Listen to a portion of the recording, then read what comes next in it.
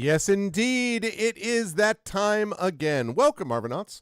Welcome, everybody, to a Tuesday stream. It is April 21st, 2026, the year of our Lord, etc., and it is day 5 of Dragonbane, The Secret of the Dragon Emperor, an episode that today we are calling The Wight Stuff, and I'm sure that that in no way makes reference to anything at all that could possibly happen. Thank you, Shadow You Keep. Yeah, that video is real baller. It is thanks to Drew the Damager, who put together that video, and a lot of the stuff that you see there in terms of the character art is some of it is art from Free League, but a lot of it is the character art is done by our very own Tari Toon. So, but thank you. I'm very proud of it, and I think it came up beautifully. And the players are here and ready to go, and I'm excited. But before we go any further, just a couple of quick reminders about ways to support the channel. If you haven't done so already, please follow the channel. Please check out our YouTube with !ArvTube. Please do subscribe to us over there. It is free to do that, but really helps us out. Discord is !ArvCord, where you can hang out with the Arvanauts in between streams. Blue Sky is !ArvSky. Please follow me over there as well. And the website for this, arvaneleron.com. Financially, !ArvShop is the merchandise area. I hope to get more stuff relating to this campaign up there on the shop sooner rather than later. That is stuff that both helps the channel and helps us.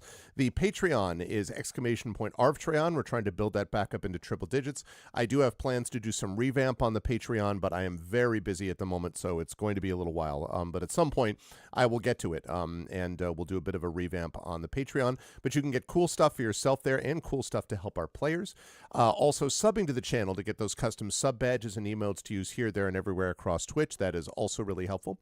On the publishing front, !Icarus, my graphic novel from Athos Arts, !Library. That's my Tales and Tomes in the Forbidden Library, my 5e adventure and source book from Alligator Alley Entertainment, and !Greyshade. That's my Greyshade IP, Greyshade Renegade Heretic, the Grey Assassin Trilogy, critically acclaimed, award-winning. You can get those at that link. You can also get the audiobooks of Greyshade Renegade and Heretic from our very own Trent Sparks, about whom more in a moment, at that link. And you can also pre-order the tabletop role-playing game of Greyshade, coming to you very soon from Alligator Alley Entertainment and designed by our very own Brandon O'Brien, The Rising Tides. Last but certainly not least, !BLM, Black Lives Matter, important to affirm and assert the significance and importance of Black lives. !Help Now, the World Health Organization page on suicide prevention. Important to reach out to others when you need help and reach out to others when they need help as well. And !Ukraine, UKRAINE, to help the people of Ukraine as they fight back against an illegal and illegitimate war with bravery and courage, and send the message we'll do so for others in that situation in the future. Quick note on schedule. Big day of streaming today. We have got Dragonbane going on today, and then I will be over at GOG.com's Twitch channel at 4 p.m. Eastern for Pen and Pixels, continuing my playthrough of Evil Land 2 as I'm moving into the end game of that awesome game. And then I will be back here tonight at 8 p.m. Eastern for a very special event. It is a union event, actually. It is going to be a roundtable discussion about labor rights in higher education. It's going to be featuring a bunch of university professors and union activists. Jeremy Cruz, the equity officer of the St. John's University branch of the AAUP, along with Sophie Bell, the acting president of that St. John's University branch of the American Association of University Professors. I will be the third member of the St. John's representatives there. And then we will also have Carlos Hernandez, who is not only known here as a game designer and former player on Esper Genesis and a wonderful author, but is also a professor at BMCC CUNY and has had a very strong union for a long time. And will be joined by the vice president of the just recognized by Michigan State University faculty union, Zachary Kaiser. All of that is happening tonight at 8 p.m. Eastern. You are welcome to come with your questions, your thoughts, your ideas. This is something which obviously is talking about labor rights in higher education, but obviously the implications for this are much greater than that. Higher education is kind of the canary in the coal mine. Higher education is under attack precisely because they know that the more educated and broad-minded a citizenry is, the more dangerous it is to authoritarians. And so it is under attack, and labor rights, specifically faculty labor rights, are a big part of that structure. So attack labor rights, you undercut higher education, you make it easier for fascists to do their fascist if that's a word. So join us tonight for a wide-ranging discussion on that, starting at 8 p.m. Eastern this evening, right back at this channel. Then we'll be off tomorrow, and on Thursday I'll be back for the finale of Super Mario RPG. So That's what we've got going on. And then an expedition for the Mysterious Peaks this coming Saturday as well. So that'll be great. All right. That is the deal with that. And so now I'm going to unmute myself and apologize to anyone that I interrupted because I couldn't hear them. And I am now going to head down and unmute them. And last but certainly not least, I'm going to head over to reveal to you the crew, or at least 3 members of the crew. We are here. We are ready. They have the tools. They have the talent. And I am excited to see them back here again. Now, last month we had, for our last second session, we had 3 out of 4 because Tren's internet was getting fixed. Tren was out back literally creating the whole internet for everybody again. Yeah, pretty much. So good job in doing that. But Tren is back with us. Unfortunately, undeveloped Bruce does not have an internet problem, but has a I'm sick problem. And Bruce is not going to be with us. So Bruce, feel better. And Bruce is awesome and all that. But normally Bruce plays Frogor. Frogor will be appropriately Jaegered today by Frogor's master, specifically player, that is, Ahatea. But we'll come back to that. So Tari Tunes will be managing Bruce today. But we do have 3 others who are going to get to, 2 of them will get to explain to the third one why exactly they're sitting in a burial mound. That should be interesting. But we will start with the gentleman at the top of the screen. And this is, of course, Crocs. Crocs, it's good to see you. Welcome, welcome. How's everything with you, and who are you playing this evening? Well, I'm always glad to be back. I've caught up with life somehow. All this stuff good. is let us know how to get there, please. Getting done, yeah. So today I'm going to play as the lovely Toriel. Well, lovely. More like menacing. I was going to say, I mean, lovely depending on who you're, I don't know. Some people depending on your perspective, I guess, whether he stares you down or not, right? Right. This is going to be an interesting discussion. I am very excited for it. Yes, and thank you as well to Effect Life for the Tier 2 sub, 60 months of support, and yes, 5 years. That is something. Thank you so much, Effect Life. I appreciate it. Welcome back to the Arvanauts subscriber fold again, and thank you so much. I do appreciate that support. Effect Life, of course, the creator of Arvbot, which is one of the ways that we do voting on this channel and how we run a variety of things here. So thank you, Effect Life. Appreciate, as always, that support. Thank you. But that's fine. It did not all have to be Tier 2. The point is that you've been subbing that whole time, so I'm grateful. Thank you. And I'm grateful to Crocs as well. Looking forward to seeing what Toriel gets up to today. Also looking forward to seeing what the amazing and awesome Tari Tunes, who I haven't seen as much as I usually do. Normally Tari and I are hanging out a lot on Tuesdays, but Tari's all like, Miss Busy these days. Like, I've got to go do design my covers for, I'm trying to think of what would be it's not Der Spiegel. What would be the sort of the biggest German magazine that you're like getting the cover for that would be, oh my God, I can't believe I got the cover. I'm not talking comics per se, but just like everyone thinks of the cover of this illustrated cover as being amazing. You know what I mean? Is there such a thing in Germany that would be like ironically, the New Yorker. The New Yorker, okay. Okay. I mean, like, there is like this one really big German artist who's like very frequently on the cover. I don't remember his name at the top of my head, but like, that's not really a thing. I guess the German version of Mad Magazine, maybe? Right, which you talked to me about before. All right. Well, regardless, you're working on your zine. You got your stuff going on. So how are you, Tari? How is everything going with that? How's the stuff? Has it released yet? The cover for this zine? No, but like it's like in post production. Nice. I guess. Nice. Okay. So yeah. No, yeah, like my work with that is done. But yeah. Well, welcome. I back. already like completely forgotten about it because that's like 500 weeks. That's ago, 500 weeks. That's like no, I just had like so much other stuff going on. Yeah, I'm back. Thanks for having me. I'm playing Ahatea the Terrible, who is a duck. And an evil wizard. Yes. Yes. Sort So, of the duck, right? Like not just. I feel like that's underselling it. Like you're the no, duck. the terrible. Yeah. Well, you're Well, not paying attention. no, not the terrible. A duck, but a duck that is the terrible. I just assumed you were the only duck that mattered. That's what I was thinking. Oh wow, You know. that is rude. Frogor is right there. Greg. I'm curious that you care, that Atea cares about Frogor. That's good to know. Of course. Yeah. Of Hype course. train. What's up, Wispy? Thank you for the tier 2 sub. Good to see you, Wispy. Thank you so much. I appreciate it. Yeah, and I like the hype train. Okay, so then you do have this deep care. I mean, listen. It's clear you do. I just didn't think you wanted to reveal it to the world, like it was going to hurt your image. That's all. Oh no, it's like very important Okay. that the world sees how good I take care of my minions, so Okay. that I get more minions. Oh, that's fair. Okay.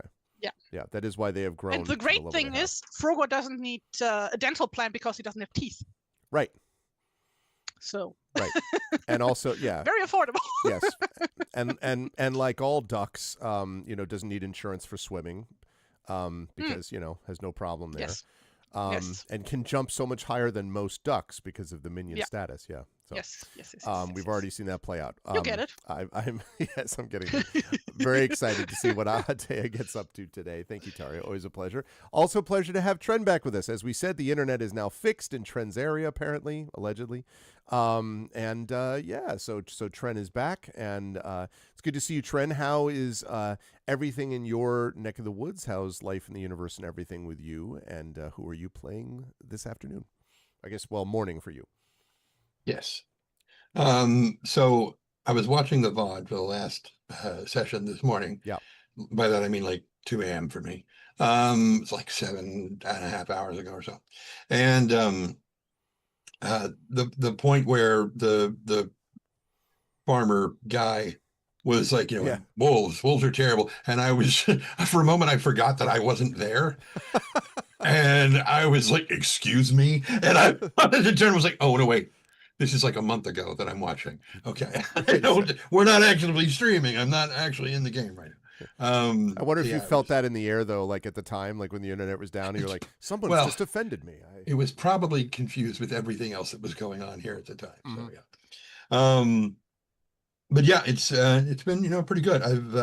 I guess it was maybe 3 months ago, I did a bunch of well, it wasn't a bunch of recording. It was like less than an hour. A friend of the channel, George Ledoux, and I were recording some stuff for Crytek for Hunt Showdown. Okay. And I think they finally used all the stuff that we've done in like 3 or 4 different cinematics over on their YouTube channel. And there was a point where I guess it was after the 3rd one, because during the 3rd one, I was like, oh yeah, we did record that, didn't we? Well, I mean, we must have, because they just played it. So yeah, cool. Well, that's everything. And like the next week, they did another thing, and I'm like, wait a minute, that's me. I don't remember recording that. What the hell? Where'd that come from? But yeah, apparently we did. I hope they didn't use your voice and try to AIify you or something. Okay, I hope not. All right. No. Okay, good. No. Not only would I, probably do horrible things to their I think George would too. Would too. George, no. It would be. I should tell you, Tren, that just before you tell us who you're playing today, I should mention that I was test driving a van yesterday because we have a 4th driver in the house, my daughter, and so we need to get another car. She's doing a lot of, so we're going to get a van because we also need something my children are all big and I need things to carry my children in. So we're getting a minivan, which is a Toyota Sienna. We're going to get it's a hybrid van and all that. As we were driving along, I know, you and your EVs, I know, I'm trying, but it's hard with these vans. Not very hard, anyway, but go ahead. It is anyway. No, it isn't. You just buy an EV and you're done.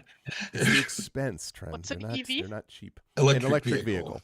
And I'm with Trent on this generally, but anyway, so I was driving with this thing, and the person who's doing the test drive, we were chatting, and she was like, all right, so, and you're, what are you doing? I'm like, I'm an author. And like, and and then the classic, well, have you, what are your books? And I said, well, I write fantasy, and my last trilogy, was finished about 1.5 years ago, and it's called Heretic. And she said, oh, wait, what is it? So I explained the pitch line about, Jason Bourne, Trade of His Centuries, blah, blah, blah, Assassin's Creed vibes. And she's like, she's like, I really, really love fantasy. And she's like, I really, really like Assassin's Creed. And she was like, so she's like, is there an audiobook? I'm like, funny you should mention that. So she has an Audible subscription. So as I'm driving in the test drive, I hear, it's amazing how long it takes someone to die. And it was Tren, who of course did the audiobook. And we're driving along for, I'm serious, like a good 4 minutes. We're not talking about the car at all. We're just listening to my own novel, so much so that we actually missed the dealer. Like we go past 2 streets and then she's like, oh wait, you're supposed to turn there, because like, oh whoops. So anyway, when she got out, she's like, that was amazing. And the narrator's amazing. I'm like, he is amazing. Yes. And this is his name and blah, blah, blah. So anyway, but it was very funny, very odd to be doing a test drive with someone listening to, accompanied by Tren, like in the back seat, like, it's amazing how long it can. That was very funny. So you're famous with a certain subset of a Greenwich car dealership, Tren, a used car dealer. Just so you know. I figured. Yeah, Trent's favorite people, used car dealers. My stepfather. Oh, was he used car dealer? Oh, yeah. I didn't know that. All right, I'm sorry. The worst kind. Then I The apologize. stereotypical person that you're like, I'm going to strangle. I apologize. No, this person was super nice, but I Of course. Yeah. Of course. They were trying to sell you something. I know. That's I'm when aware. they're nice. I'm aware. Okay. All right. I'm aware. I'm I aware. mean, I'm aware.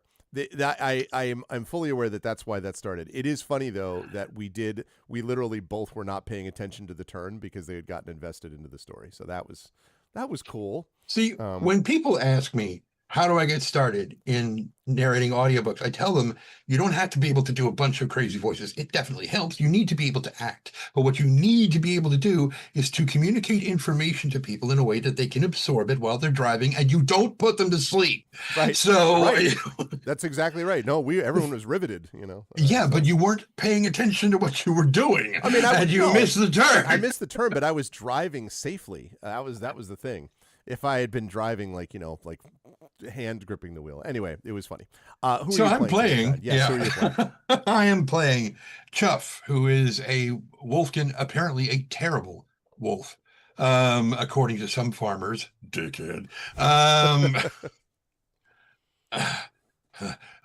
He's a wolfkin hunter whose pilot was screaming at the monitor earlier this morning, going, there it comes!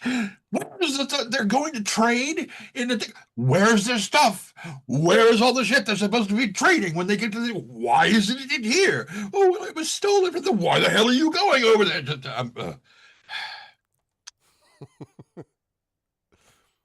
This is what happens when your internet isn't here. You don't Right, get a chance exactly. to, Yep. And so he's just going to be making a bunch of bat Ritos. He's going to use the vampire fangs to pin them closed so that they saute in their own juices, some of which are still Toriels, I'm sure. Because of the whole biting, slurping sound thing. Yeah. Sure. That's what they're going to do. Yes. We found out that there were 10 dead bats, I believe I specified, and so I guess that leads to 5 bat Ritos? Does it take 2 wings per 1 bat Rito, or is it 1 wing per bat Rito? 1. Okay, so they're really long. You can wrap them around. Oh, well then you could get. Oh, actually, then so I guess you could get 20 bat Ritos out of that. Am I right? 20 bat Ritos. Wow. Yeah. Oh, we should buy a food van and open a business. Yeah, especially that's down the rest here. Of the campaign. The rest of the campaign. Especially down. A year from now, Free League stops by. They're like, "Oh, an actual play. What in the name of?" And it's just like Tari's cartoon drawings of like a store with just like all the bat Ritos behind them, and all the evil creatures have taken over the valley. But boy, this thriving bat Rito business. Anyway, it is a pleasure to have Tren with us, and let's talk a little bit about what happened in our last session. In our last session, he says, as he plays the music for today, in our last session, the crew here, the 4 intrepid adventurers who have become an unlikely crew of an unlikely group, have discovered that there is a secret of a dragon emperor. Tagline. and a statuette of a dragon emperor that has different pieces that, according to their contact in the village of Outskirt, is extraordinarily important to be able to gather knowledge and head off what could be basically a very disastrous. First of all, there's magic and treasure and things like that, but also, more importantly, could allow someone to be able to get more information about this ongoing war between the dragons and the demons, which has threatened to consume all the worlds that it has battled in, including the world of Dragonbane. And so the crew decided to do this and got a bunch of leads. And the lead that they ultimately decided to follow was this burial mound known as Ritter Mound, where supposedly a knight had fallen protecting something important. Seemed like a good and reasonable lead, and so the party went there. They did have a few things they had to deal with. There was the encounter that has been referenced several times now with these farmers who had problems with wolves, which Chuff wasn't wild about, although Chuff seemed to be kind of, 10,000 miles away or something, 10,000 foot there, right, while this was going on.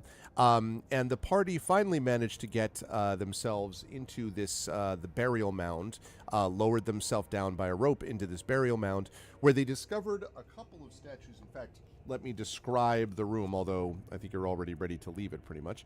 But they landed in this antechamber, which is a dome-shaped chamber with a floor of beaten earth. In the darkness above, the opening to the surface looking like a faintly glowing square. In the north wall was a set of double oak doors with iron fittings and a silvery symbol stretched across both doors, flanked by statues of knights in antiquated armor. Toriel, going over to one of those statues, noticed something on the shoulder of the statue and decided to punch it. Pretty much smashed the vampire bat into next week, but also disturbed the multiple other vampire bats that came down and attacked the party. The party was, however, able to ward off this attack. They managed to defeat the bats thanks to not only Toriel's work, but also the incredible work of Ahatea's fireball, during which Ahatea actually uttered the words, "I didn't ask how big the room was, I said I cast fireball." So we just... in accordance with the prophecy, I just want to be clear. Yep. And so, at the very end of this fight, they went over to the still half-open doors that are front. The doors are slightly ajar, basically. And they heard, the party heard, as they got to that door, two things. First, they heard...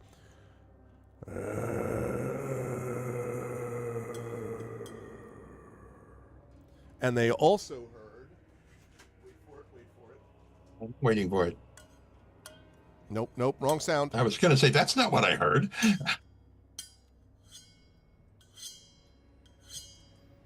Something scraping along the ground. That was what they heard. Notice the past tense and how big the room was. That's true. Mm. Now it is just a group of rubble. That's a good point, Imaginary. Room? What room? Yeah, exactly. Room? What room? Anyway, so that is where we are, and that is where we pick up with it. Whoop, yep, yes. I have a very important note that I've written down, because I only write down important stuff. No, I know. That is that last time you mispronounced the word bushcraft as butchcraft, and I yes, thought that's I would true. like to know that. That's true, you did. I want it to be known that it is very difficult to be friends with Tari for as long as I have without Tari at one word out of every tens of thousands that I mispronounce, and Tari's like leaps on it, and I will now hear about butchcraft for a long period of time. So yes. I told you I only write down the important stuff. No, I know that was a very important note. All I hear is excuses. No, amen, Imaginary. That's probably true. Anyway, so this is where we are. So just one quick note about hit points here, which is that Chuff is sitting at 9 out of 12. You can ask your party members as to why that happened, Chuff. I know. Crocs is sitting at 9 out of 12. Ahatea is at 15 out of 15, and Frogor is 7 out of 9.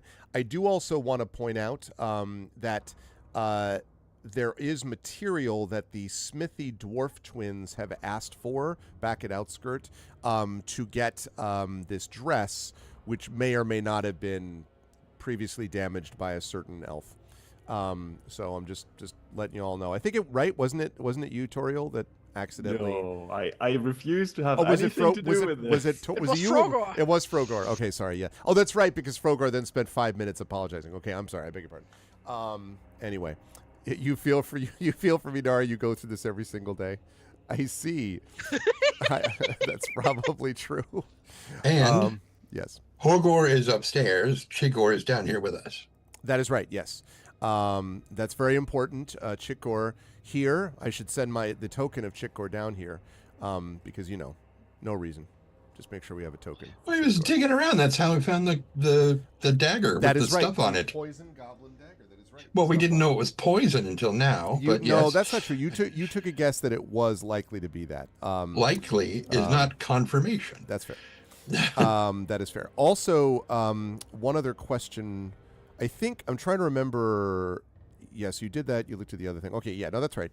So, yes, that is what you hear, and you can see that the door is at the moment slightly open, and you can hear that scraping and the coming through from the door. Not right next to the door, but echoing through whatever lies beyond this place. What would you like to do? Did we ever resolve, because like last time when I rolled for Chaff, he got a demon, and we didn't decide on what to do with that as far as... Because I was also going to get it in because I wasn't present to Yeah. take part in the thing. So you said it was going to be doubling up on stuff. Yes. Well, okay, so two things. First of all, thank you for the Prime sub, Aaron. That is good to see you. Secondly, so the demon, when you get a demon, that means that you mark that particular skill, which I want to say, is that where the whole bushcraft thing came up? Was that relating to that? Yes. Was that what that? Okay. He did get a demon in Butchcraft. And so that was improved because I believe you did hit that number. But was there then the question was, oh right, we were going to do your experience basically from that. I guess is what you're saying, Tren? Like doing the experience. I wasn't from last saying it. time. She was saying it. Yeah. So was what asking. the funny thing I would say about that is, like, where I ask you the question, did you participate in the session? The answer would be My no. answer is no. Yeah, exactly, no. So okay, yeah, let's do that first actually and get that out of the way so we don't get it confused with today. Let me jump to experience. So this is just fixing up what happened last time because of not having Tren here to talk about experience. All right, so just a second here. Yeah, thank you, Aaron. I appreciate that. Okay, where is my? There we go. Yes. Did you explore a new location? I mean, sort of, yes. Yeah, I would say Chuff did. What are you Chuff did, yes. What are you going to mark? Well, you're blurry, but You're going to mark my blurriness? No, don't ask that of a wolf. Oh, jeez.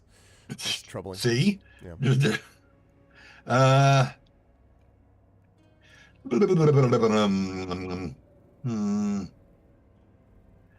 I would say probably awareness. Okay. That seems that reasonable. or acrobatics for climbing down here. You could do one. I mean, you can do both. No, because since we used the rope, we didn't have a check. So no, not acrobatics. Awareness. Okay. Because the next question is, did you defeat one or more dangerous adversaries? You were there when, the bats were defeated. I was present. Yeah, no, I would say that. I'd say that counts, though. You were part of that fight. So, I mean, if you're able to get hit by the fight, then you certainly participated in it. So, if you defeated one or more adversaries, that means you could mark something else. So you could. Wait a minute. When did I get hit? You were at 9 of 12 before we went in here? No, because we rested. Right. What I'm saying is you're at 9 out of 12 now. So you not did according to my sheet. So if I got hit, somebody didn't do the thing. Because the first hit was Toriel smashing one bat.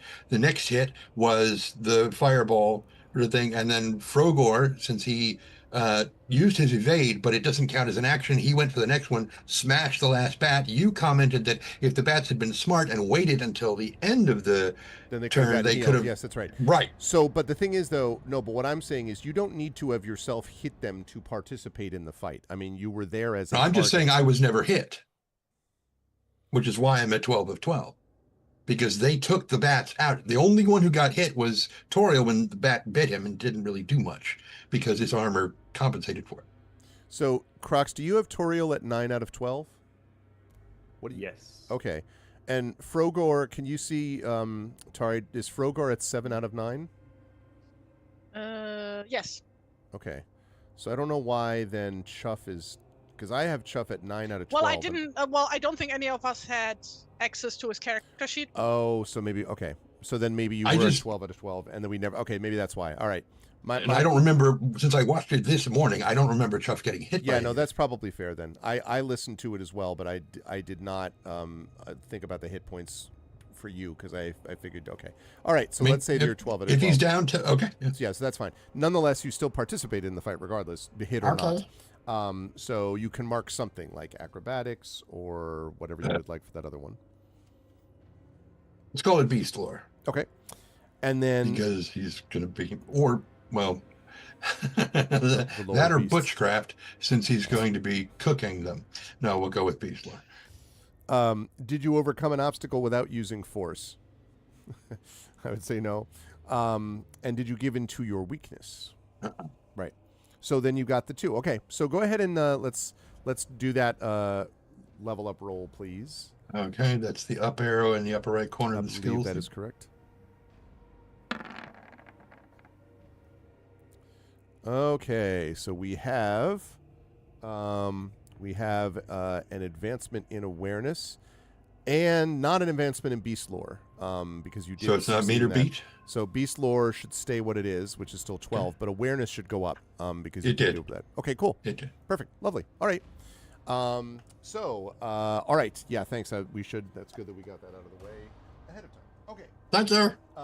Back to what we were doing. So, what would you folks like to do? The door is slightly open. You hear this scraping and moaning sound, which continues periodically, by the way. I'm not going to do it every time, but just be aware that every so often you hear this, and then the previously mentioned.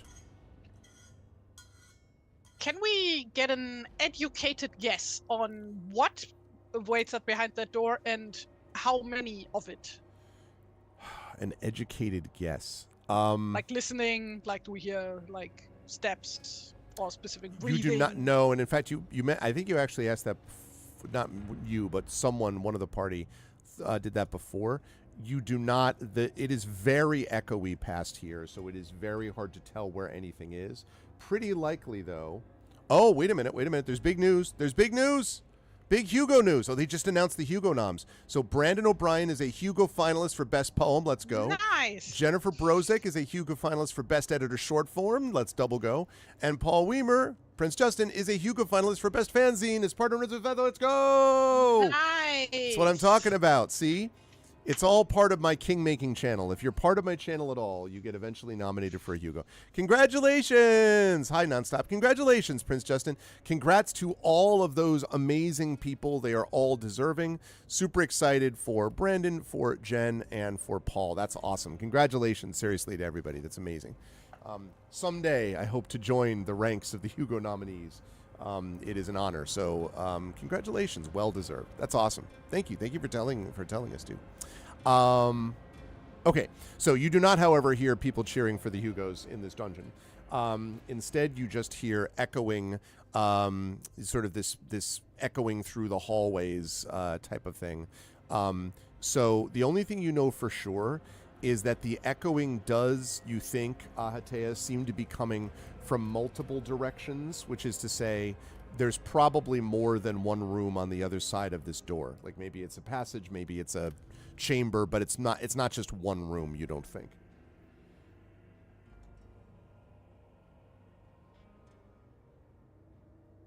Right.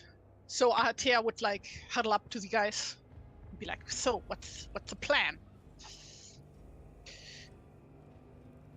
You going in there?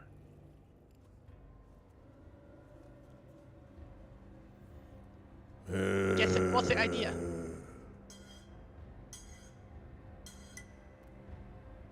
Because whoever's in there sounds like they're pretty hungry. They're scraping the last of the gravy off their plate. So More lentil soup. I have bat. Mulligatawny. He wants follicles from somebody named Tony. I don't know who that is. I don't know either. And she Okay. looks at Fogor, who also shakes his head.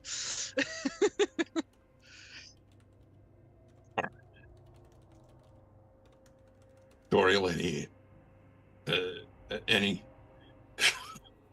Toriel is still kind of annoyed that he got bitten by a bat.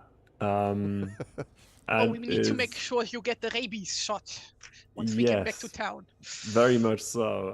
I should probably Can get some good, Get him the an good kind of drink in anti-rabies? me. Yeah, we need to get him an anti-rabies shot, not a rabies shot, because that could have been what that was. Never mind. Why don't we step aside from the door, open it the rest of the way, and see if your little light thing can shine any further than 10 meters down that hallway. Right, I had forgotten that I have a light spell active. Uh-huh. What did I? I think I cast it on the skull of my staff, you right? did. So that it's like glowing You out of did. the eye holes. Clearly, I mean, yes.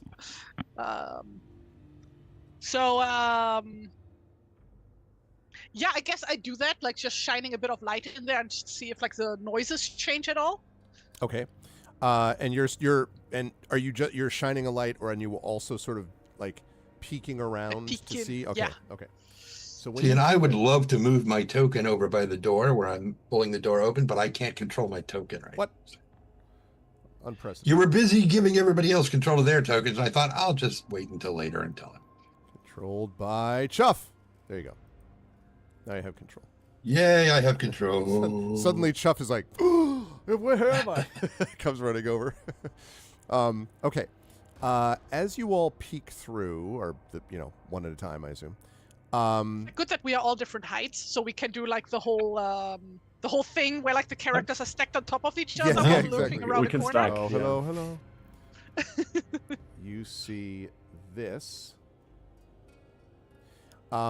So there's a passageway, like just as you sort of look through, you can see that there is a passageway here to the west.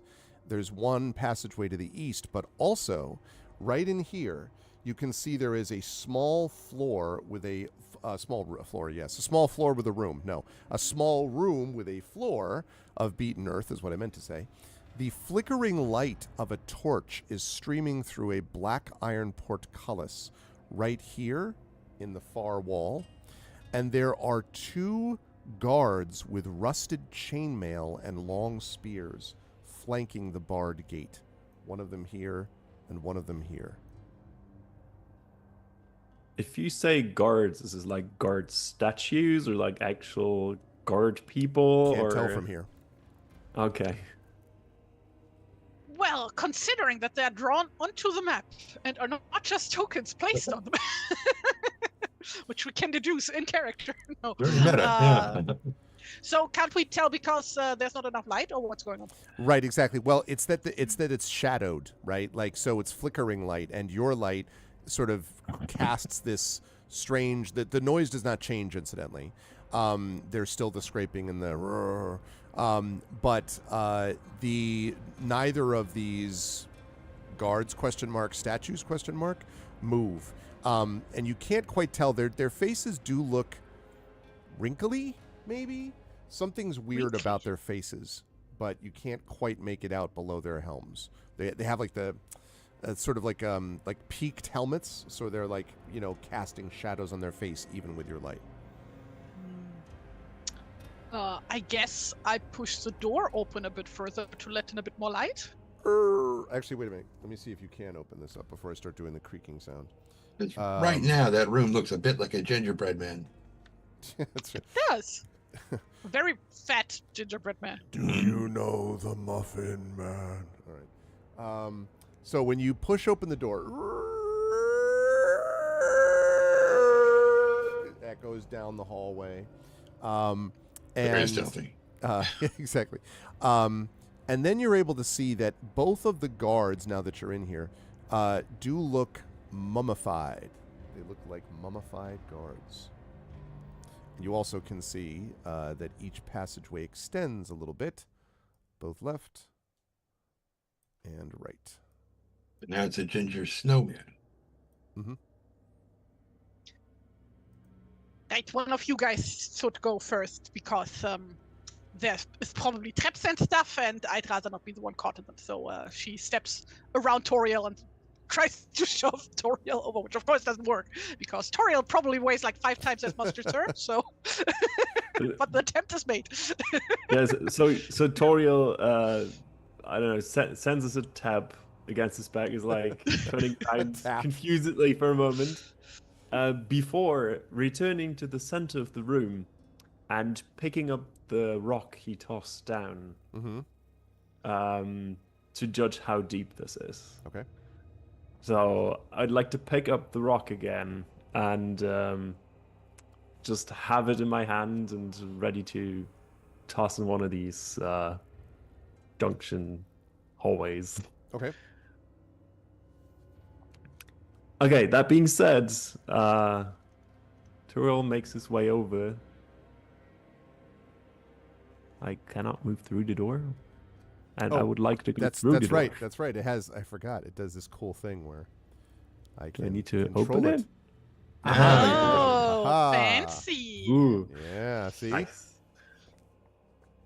Okay, so I would like to go through the door and peek around the corner to see if there's any more light sources around there or anything else I can make out. Okay. Let's just say I'll peek on the right side. Okay. All right. When you peek to the right side, to the east there, you can see that the passageway extends down a number of meters to the east. And it is a dark, damp tunnel through packed earth that branches off one to the west, as I mentioned, then to the east. And over here, the air is chilly and filled with musty smells. And you see something hanging at first, Toriel, from the ceiling, and then you see the things moving. And as you look more closely, you can see that there are worms and centipedes and slithering roots hanging like stalactites from the ceiling, and also crawling along the ground. Gross. I don't like that direction. In that case, I would like to have a look on the other side. You see a dark, damp tunnel with things going. Okay. It is also going to the west, but unfortunately, same amount of worms, centipedes, slithering roots. Very much, Fellowship of the Ring film when they hide from the Nazgul, early on, and the things that's basically what it's like. Yeah, I was going to say Indiana Jones and the Temple of Doom, where they're in the. Oh yeah, true. Also a good one. And there is that. Disgusting. It does look to you also like this area goes to the west and then bends up to the north. This area goes to the east and then bends, although at a slight angle, up to the north as well. See. So Tyrell turns around and announces, well, left and right don't look too inviting, to be honest. I'd prefer to stick to the lit parts. Atia walks forward and lights everything with the staff. It's like, okay, which parts do you mean exactly? I imagine Toro just points down either way, and Atia's like, that way. No, she is not as easily grossed out as I am. Okay. Yeah. Yeah, but Toriel does point down one of the ways and says, so if you want to go down there, feel free to do that, but I prefer not to. Right, so then lead the way, I suppose. Go. I don't want to be the one setting off the traps. So at the mention of traps, Toriel raises an eyebrow and glances over towards Chuff. Well, I don't want to set them off either, but I mean, I'll look around and see if I can find any. Do you have like a special sense for finding traps or something? Is that a Wolfkin thing? Can you smell traps? It's more of a hunter thing. Is that a specific wolf species? Sure. You want to get out of my way so I can And work? she gets out her book and starts writing down notes. Right over there. He just sort of like puts his hand around her and like pushes her back out of the way. Move. Lupus hunterus. She starts whispering to herself. And so Chuff will begin checking around for traps. Okay. Direction, theoretically. Well, at that, Chuff is like, which way? Toriel just replies, which one does look most inviting to you? It's a burial ground. Neither looks inviting. You have a point. Why not check in the room with the door first? All right. So he starts checking towards the mummified guards. They probably just haven't hydrated properly recently. Okay. Go ahead and make, please, an awareness roll for me.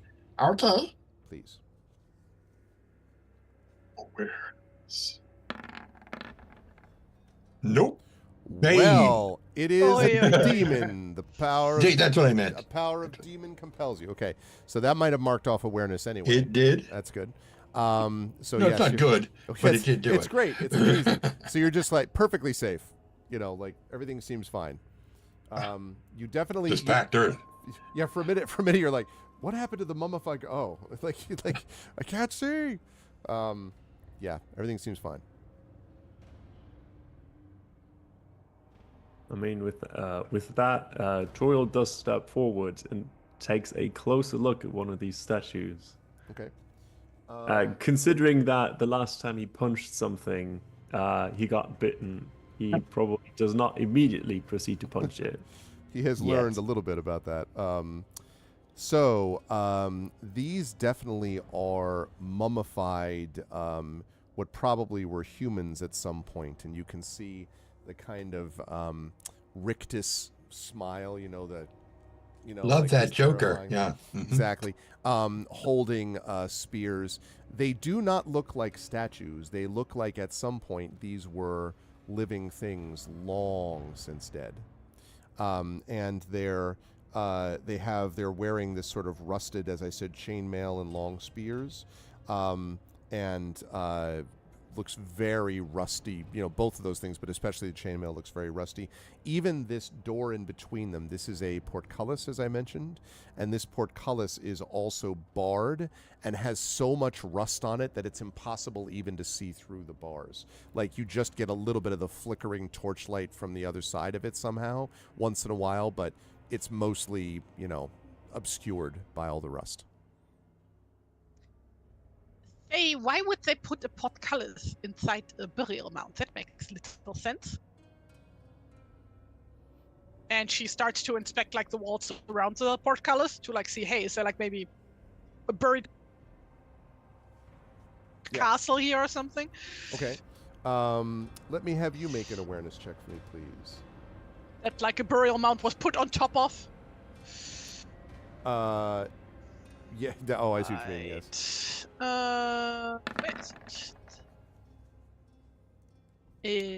Wait, the roll is the top one or the bottom? Correct. The roll is the top. Roll is the top one. The skill is in the red. Oh, okay, yours so is I the pass. green. Yes, you did. Yeah, you don't see anything like that. But as you're sort of sitting, looking at this area, you do. You mean a sitting duck? I see what you did there. You do hear again, as you're looking around the area, Atea, you suddenly hear right next to you, like the sound of the moaning is like right next to you, and you sort of look up, and it might be that it's like right on the other side of the rusty door. That's how close it sounds. And you hear the scraping literally on the other side of this door. It's like, a few meters away. She yelps, "Eep!" and jumps back behind Shuff.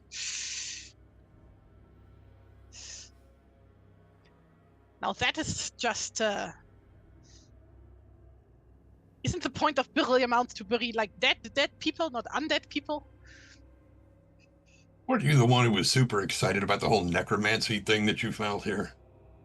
Yes, but like it's like different when it's not my thingies, zombies, minions. But You it know, wasn't these guys don't yours listen to me. before, and you were excited about it. Well, because I want to learn the powers, but like this is not good for us. I assume if we get too close, they will probably be not nice to us. So Chuff knocks an arrow and he looks over at Frogor, and even though Frogor probably has like half a brain cell functioning at this point, he kind of looks at him and kind of motions for him to watch down the right tunnel while Chuff is watching down the left tunnel. He hops over in a very duck-like manner. Okay. And does as told. As signaled.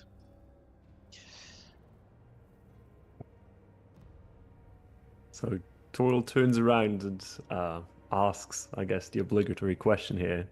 So, do we want to do this? What do you mean? Like open the portcullis? I mean, it's a door. The voice has now faded, by the way. Still audible, but it's not right next to the door anymore. Chuff's ears are... Yeah, the radar sonar. Well, question is first, how do we even open this? Is there like is there a lever or a chain or something? Like usually there would be like some kind of like barrel roll type of construction thingy. I don't know what they're called. There does not seem to be a lever or a chain. You could maybe try to lift it, although you're not 100% sure where you would grab onto without just grabbing onto rust. Like the whole thing is just, rust covered, but there doesn't seem to be any obvious thing to grab onto. I mean, I shouldn't say that. You could grab onto the bottom, but there's no lever or chain or pulley that you see. The outside. Yeah, that's true. So even if we wanted to, we can't just get in there. Well, that way looks difficult. Left or right could potentially go around, and given the fact that whatever's making that noise sounds a little quieter, it may be taking one of these paths to come and find us. I would like to take a closer look at the mummies that are standing there. Okay. As you look at them, you can see, again, I mentioned the terrible grin of death as they stare off in the distance. They both look similar to each other, although not identical, and both are wearing extremely rusty chainmail armor and are carrying spears. The spears themselves don't look as covered in rust, but are still rusty. I want to poke the one on the left. Okay. You do, and when you poke it, the chainmail just crumbles. Like the part that you touch. Completely disintegrates. Revealing bony ribs beneath.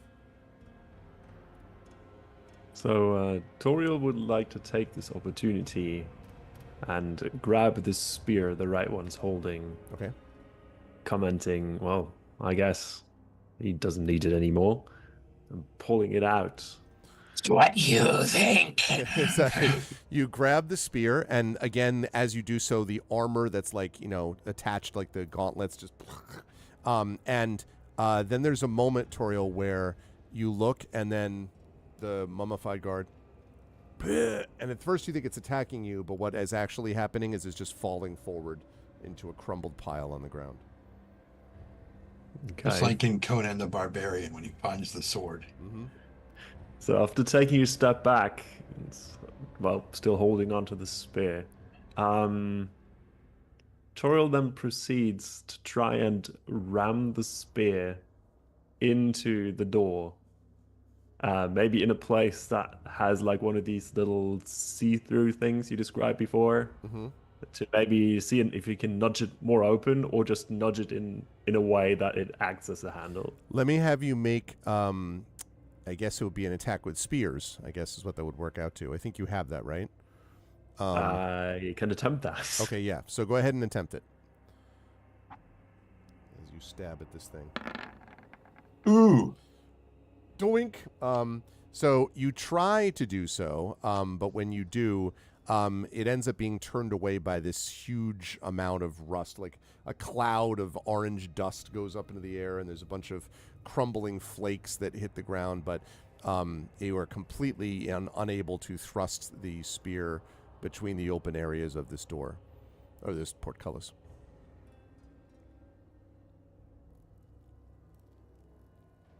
Well, that didn't work. The air tastes like blood now.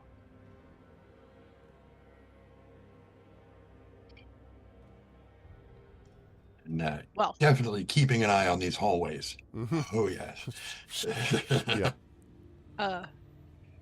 Ahatea steps back where she was.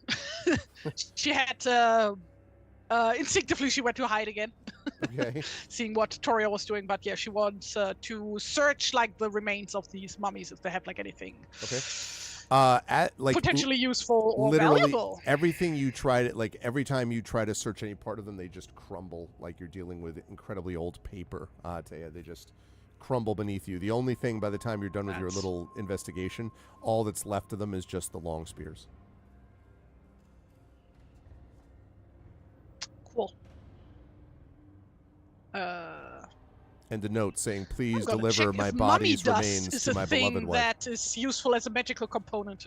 Okay. Yeah, I don't know. If chainmail rust. You know what? I'm armor. just gonna write it down. It doesn't matter. Maybe I'll need it. Maybe I won't. Okay. Okay. Just she probably just has like a bunch of pouches and stuff, you know. Okay. Just shove some mummy dust and bone shards and whatnot into a pouch and ties it shut with a nice little bow. Okay. And tucks it nicely away in her backpack. In her pack. Okay. In her bag. Okay. You can do that. Imagine that the note that says, "Please deliver my remains to my beloved," whatever. The other one has a similar note saying, "Deliver to my," and they're married, you know. But yeah, exactly. So you just sweep them into a pile. There. I delivered them. All right, let's get it. Congratulations. Let's get out of here.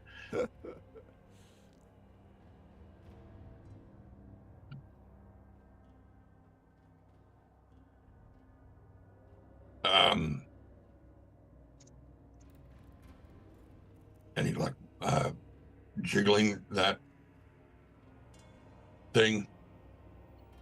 So, after the spear doesn't quite work out, Toril just tries to, the equivalent of trying to kick it to like shake it loose. Okay. But not necessarily using his foot. Right. Okay. So okay, kick it with someone else's foot. I mean, if the armor crumbled that easily, maybe hitting it with your club could, crack some of the... That would probably be the next best idea, yes. I think I would like to try and hit it with the club. And Chuff is like watching Ahatea. Are you just pacing? What are you doing? I am getting to a safe distance. How do you know what's a safe distance in here? Behind the bigger person. Which is everyone else. Correct. Well, I mean, Fulgor is shorter than me, but yes. All right, Toriel, you haul off, and let's have you make a clubs roll as you aim at this door.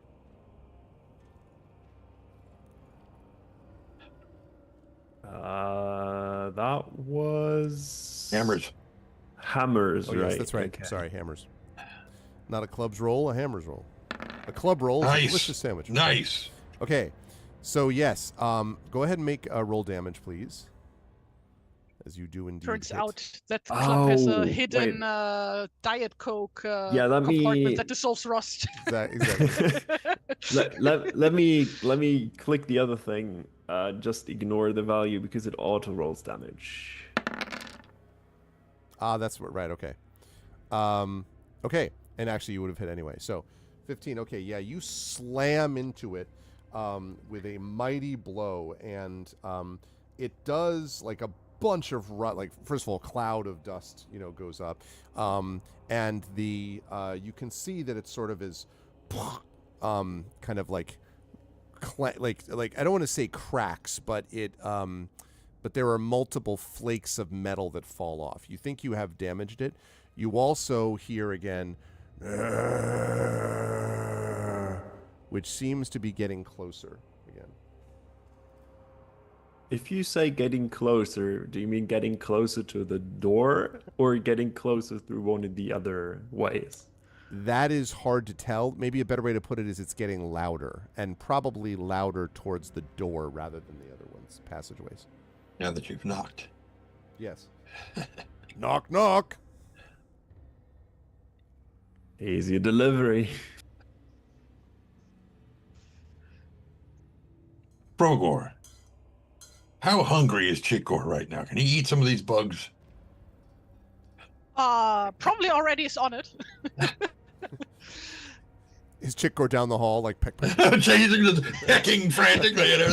No, he's not down the hall, but he's like running around like here-ish, just like pecking, because there's like so many bugs and things. Yeah. Doesn't have to walk far. I had the image of the hallway being clear and just this like 4-foot round circle of a chick now, just This ball of waddling Chikor. down. Okay. Rolled over onto his back with his little chicken leg.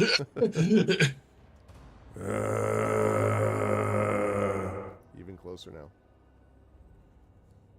So is that coming from the right or from the left? Or from the front? It's coming from the I'm front. confused. I mean, you can hear it everywhere. Like I said, it's echoing here, but it does seem to be coming more from the front. So are any of the openings in the portcullis clearer now so that we can see through it better? No, because you have both damaged the portcullis and caused some of those flakes to like fall on top of each other, if you know what I mean. So like there's more rubble there now. However, you have clearly done a lot of damage to this thing. So I guess just keep hitting it. Very loud damage. Dunk. Yeah, you can hit it again if you want, Toriel. It's up to you. I think before hitting it again, Turiel would like to wait and see if the noise passes by again, Okay. or if it's in any way unfazed by what just happened, or if it's actively investigating the potential source of the noise. It eventually says, "Must have been the wind," and goes back to its patrol. Exactly. I must be hearing things. No, it goes, and like now it's like right next to the door again, so just on the other side, and then you hear this very, very loud.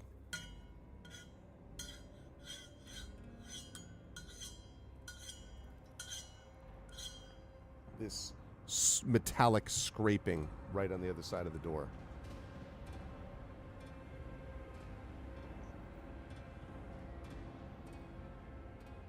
Does this correlate to any sort of weapon that Toriel knows?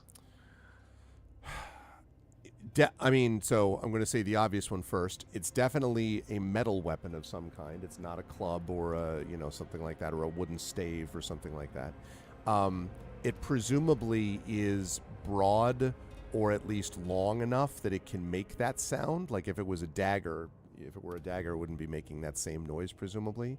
So it's some larger weapon, you would assume, but it could be a sword, it could be an axe blade, it could be a halberd, it could be probably not a spear, because a spear would have a wooden haft and the metal head of the spear would not be enough probably to make this noise. So it's probably something with a longer metal surface, whether that's an axe or a sword or a halberd, you're not sure. Or a spoon. Or a very long spoon. Could be a serving spoon, clearly. That's in another game that I have. My player character has a giant spoon as a weapon. Oh. Giant teaspoon. Do not want to mess with spoons. Mm. Yes. Because it's dull. It'll hurt. Mm-hmm. Yep. Exactly.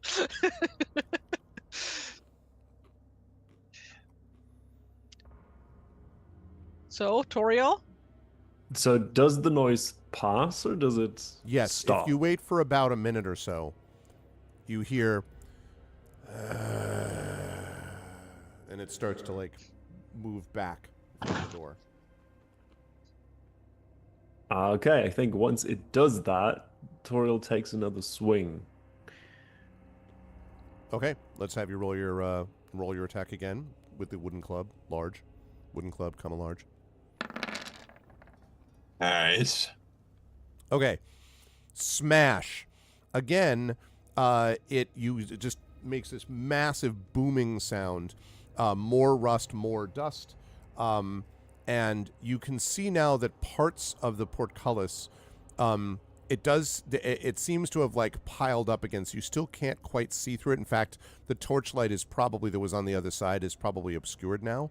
However, it is like, this looks like it's pretty weakened now, like close to the fact that maybe another hit might, break through it completely. And again,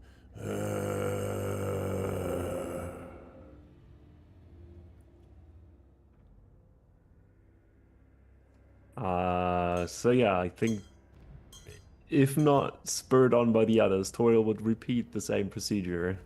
okay. Wait for the noise to pass and then proceed to do another hit. Okay. Hit that baby one more time.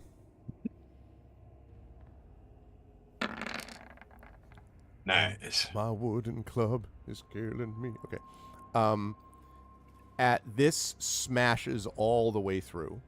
And when you do smash all the way through, there we go. You see Reveals the following. Strahd. No!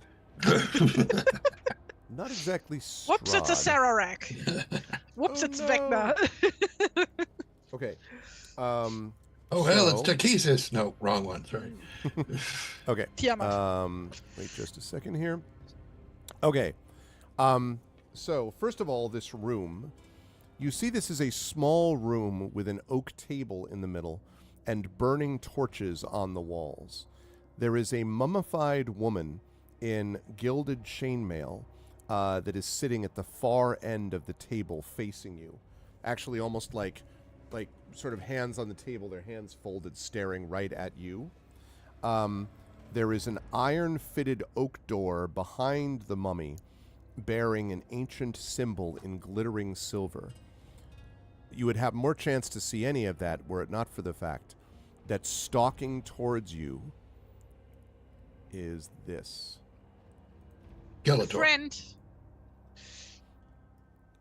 This, I roll to hug.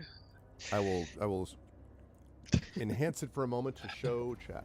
Enhance. Ah! I don't want it to be enhanced. I don't want to be enhanced. Okay.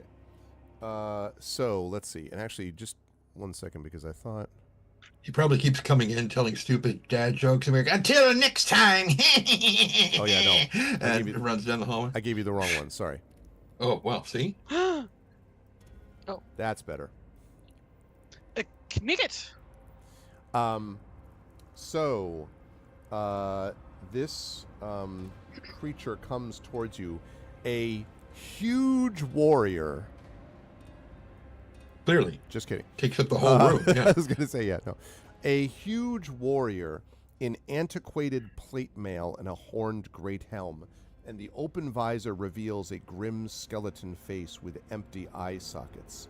And it moves slowly and heavily towards you. So I have two questions right now.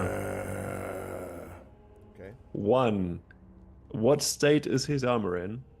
And two, how big is the hole I punched in the door? You mean the now completely open door, smashed and lying on the ground? Okay. It's time for that thing we like to call initiative. All right, so I'm going to deal out the initiative cards. We're going to get some music going here. Let's get some combat music here with. Let's see. Do I want to do this one maybe? See if that works. possibly. Okay. Boom, boom. Sounds too much like the beginning of. It's not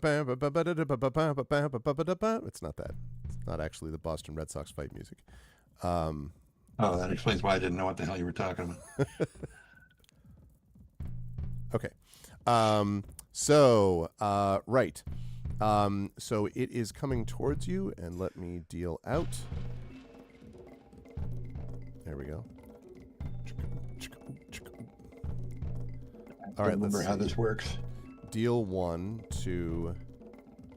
Oh, I never remember. Okay. Let's see if that works. Yeah. Okay, I think I got that to work, maybe, he said doubtfully. Okay. So, are you able to reveal your cards yourselves? I mean, I Let's clicked find on out. it. Can just drag and drop them To where? on the map, but then I can't move them anymore after putting it on the map. Yeah, let me give us an empty space to work with. I just moved it down where we landed because that's where the extra tokens already are. Except, of course, that I don't have an extra token because... Do you not have it? Oh, right. Remember, I was Yes, not yes. involved. I shall take care of that.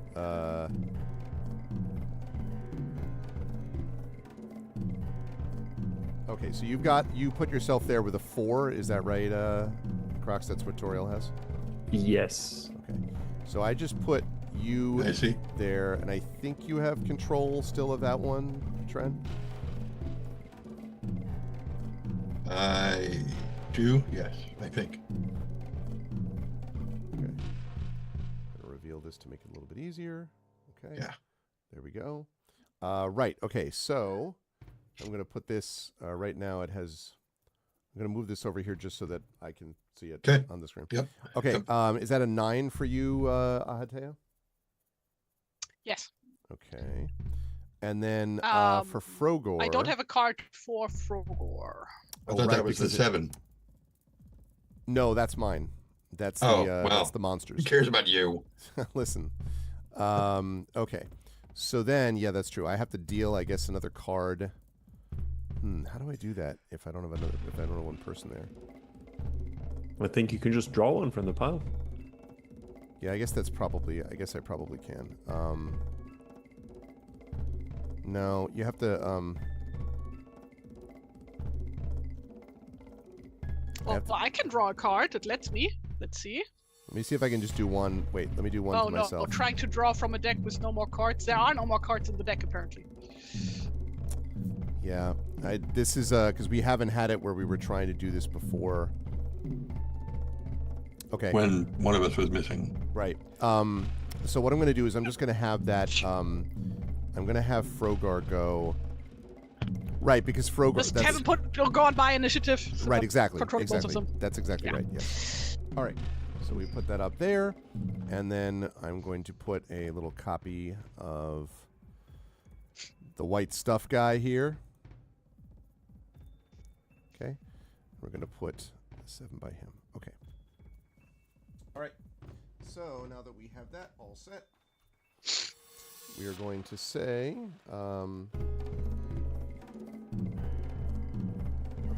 So now that we have that done, we are going to go through. Let's see. All right. So starting with number 3. So Chuff, you are going to be the first to act. And you can see this thing moving towards you that I have previously described.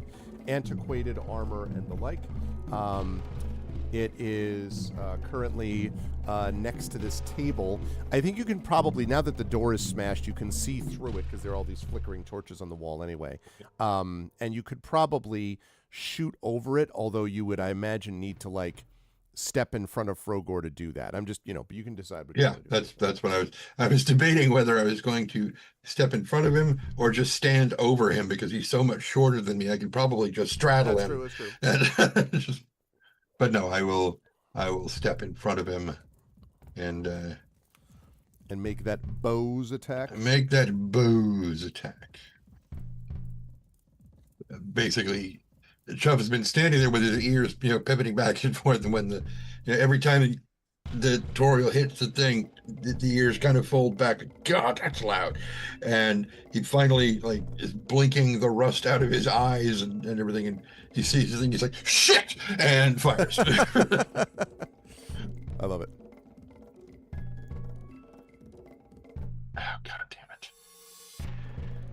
This mouse is pissing me off. I just backed out of the game. Give me a second to get back into it. Quite all right. The Wight continues to move towards you as you freeze in terror. No, just kidding. Just Didn't kidding. surprise me at all. Shove. Yes, open the character sheet. I said open the character sheet. I said open the... I said...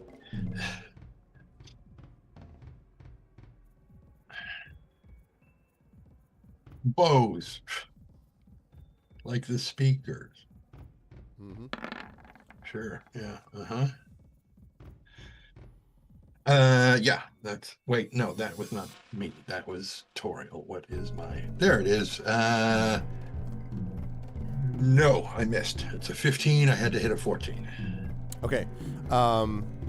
Dink. It I would imagine actually that it probably goes flying past it and hits the wall behind it. And the creature, taking no notice, continues to move towards you. Where do you want to move from here? Honestly, I think I'm going to stay there. Okay. In front of Frogor and yeah, because he's seeming a little dazed. Okay. Yes. It's like, okay. Okay. All right, Toriel, you were up next. You're the closest to this thing as it moves towards you. So yeah, as a matter of fact, I think I would like to go towards it and try to take a swing. Okay. So you step through bravely step through the door. I guess I need to be the next to it, right? Yeah. And now that you're here, you can see that it towers over you. 7.5 feet tall. Okay, that is bigger than expected. Okay, I would like to take a swing at its knee. Okay. To maybe have it fall. I used to be an adventurer like you, but I took a club to the knee. Okay. Yeah. Okay. Okay. Go ahead and swing away. Or did you already do that? Oh no, that was you hitting the door repeatedly. Yes. Okay. So you slam into it. And you're, just to be clear, you're using, this is just a regular club, right? This is, as far as I'm aware, a regular club. Yes. Okay. So, you bang into it, slam, right? And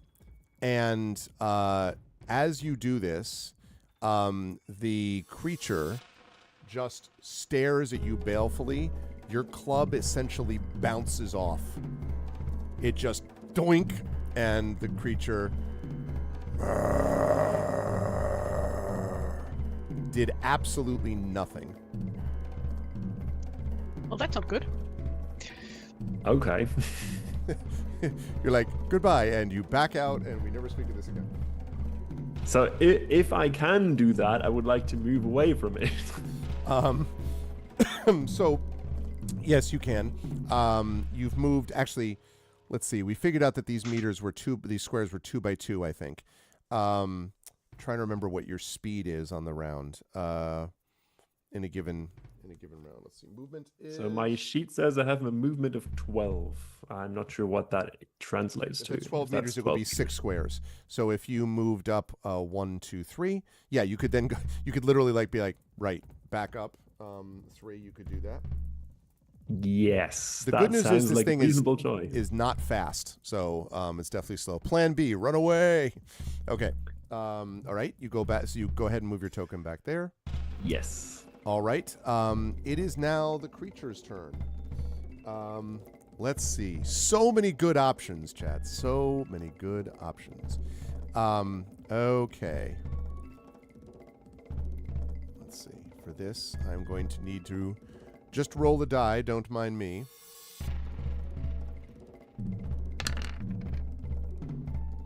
Right. Okay. The creature looks at you. Balefully? Balefully would be a good way to put it, I think. Moves forward. Okay. Moves forward again. So it's now just standing right outside the ruined portcullis. 3, 4, 5, okay. And then it goes... And it lets out this horrific screech that just cuts through the air. And all of you are going to suffer a fear attack.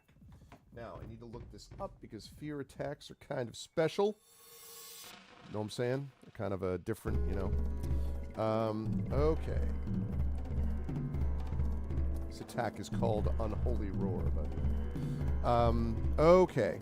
So all 4 of you must immediately make a roll against willpower. This does not count as an action, by the way.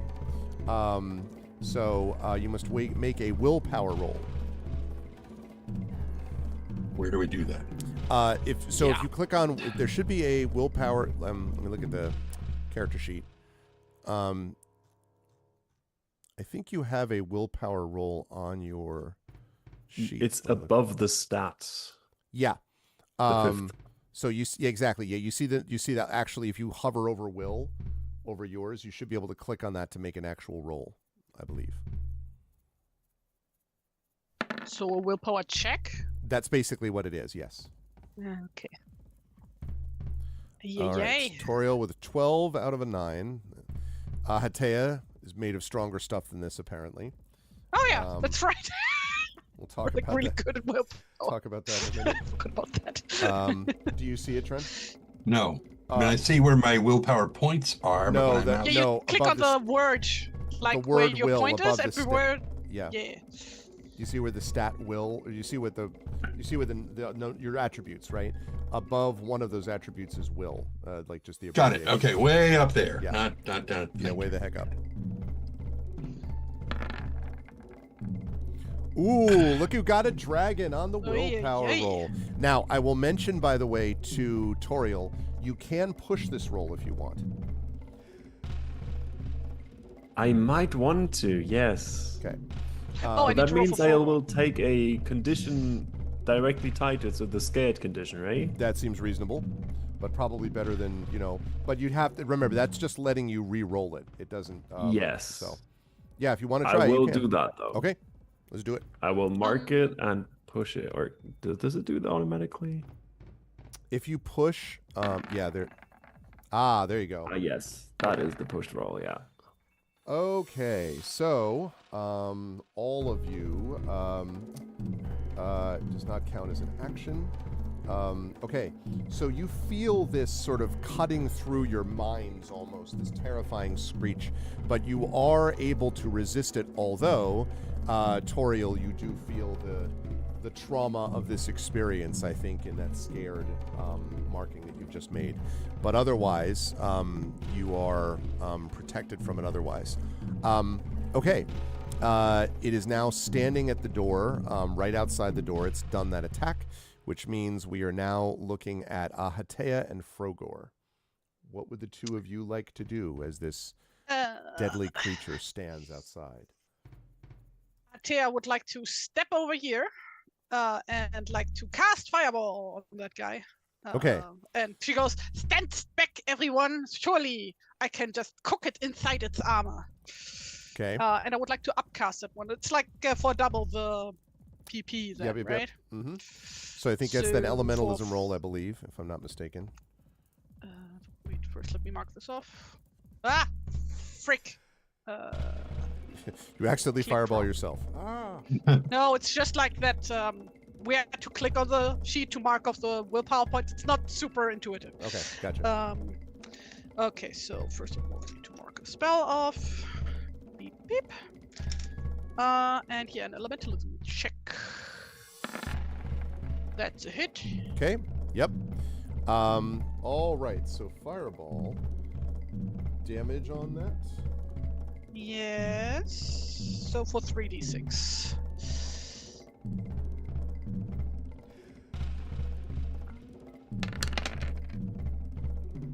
Not as good as your last one. Okay, so we're looking 9 at points. 9 points of damage. Okay. And let's see. 9 points of damage. Okay, hang on a second. I'm just making a... Oh, I by did the it. way, I had previously written down that she has an amulet as a focus, Mhm. but like that kind of is stupid. I've been using the staff the entire time for any flavor stuff, so it makes much more sense to have the skull on the staff specifically be the focus. Okay, that seems reasonable. The spell focus. I need Yeah. to figure out here, though, about...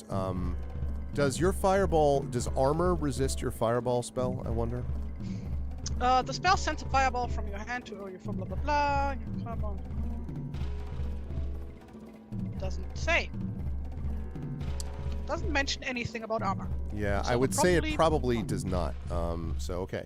All right, so you strike it, and it sort of This takes armor is one like made step... of asbestos. It takes one step back, and you can see its like smoking limbs and like its armor, and then so you have definitely damaged it. You have not destroyed it, and you have not brought it even probably to half damage. You think you've hurt it, but it's still coming along. Right. Okay. So that would have been Ahatea's turn, and for Frogor, I assume Ate is staying where she is movement-wise. yes. Okay. And for Frogor, I need to see what he has. Does he have any ranged attacks? He does not, apparently. No, I think he's more of a get up in your face with a duck hop, you know.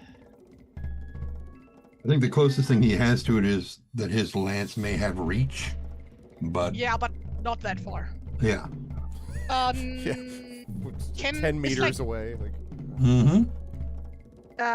Is preparing an action a thing in this game?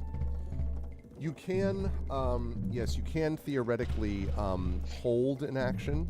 Hold an action. That's You what can I try to do that. What is the nature of the action that you're trying to hold? If the thing, the creature mummy thing, gets within hitting distance, he will hit it with his sword.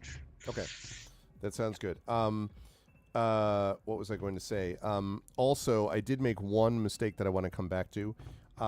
Crocs, I need you to make an evade roll for Toriel because you did back away after you moved up to him. I have a suspicion you still probably would want to move away from him anyway. Like, I think you... Yes. My guess is, but you need to make an evade roll. Good point. I was about to ask, but then I forgot. Yeah. I am sorry. Doesn't count as an action, but... Oh, yeah, no Nice. problem. Okay. Yep, you're fine. Right. Okay. That is the end of everyone's round. Is Frogor staying where he is? Yes. All right, in that case... Like the point is to protect Ahatea. Yeah. So I shall recall all. Recall all. All right, next round I'm going Recall all! I'm going to deal... No, I just got what that was. Like, wait, what? Oh, yeah. Yeah, the hoarseness didn't help. That's right. Oh, all players includes offline players. Let me try this and see if this works. That's interesting if it does. Did it work? It did not. Okay. I was curious if that would, if like having an extra space would be there, but it did not. Okay. All right. So same deal. Let's move that over here. no, it's a new deal. Yes, I see what you did there. Yeah. Okay. All right. First to operate is Ahatea and Frogor. Yeah, Ahatea, same thing again. Casting the fireball, upcasting it. What's the radius on that fireball when it hits? It's not a fireball in the D&D sense. It's more like a magic missile. Okay, that that's what I happens to thought. be That's what I fired. thought. That's right. Yeah.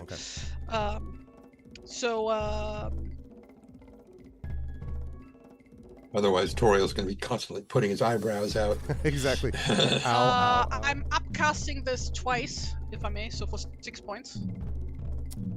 I'm not sure that you can upcast it that much. Oh, can't I? Let me double check and see. I don't know, but let me check. You might be able to. I just want to make sure. For fireball. Well, I want to because this is my last fireball, and I want to. Because I want to.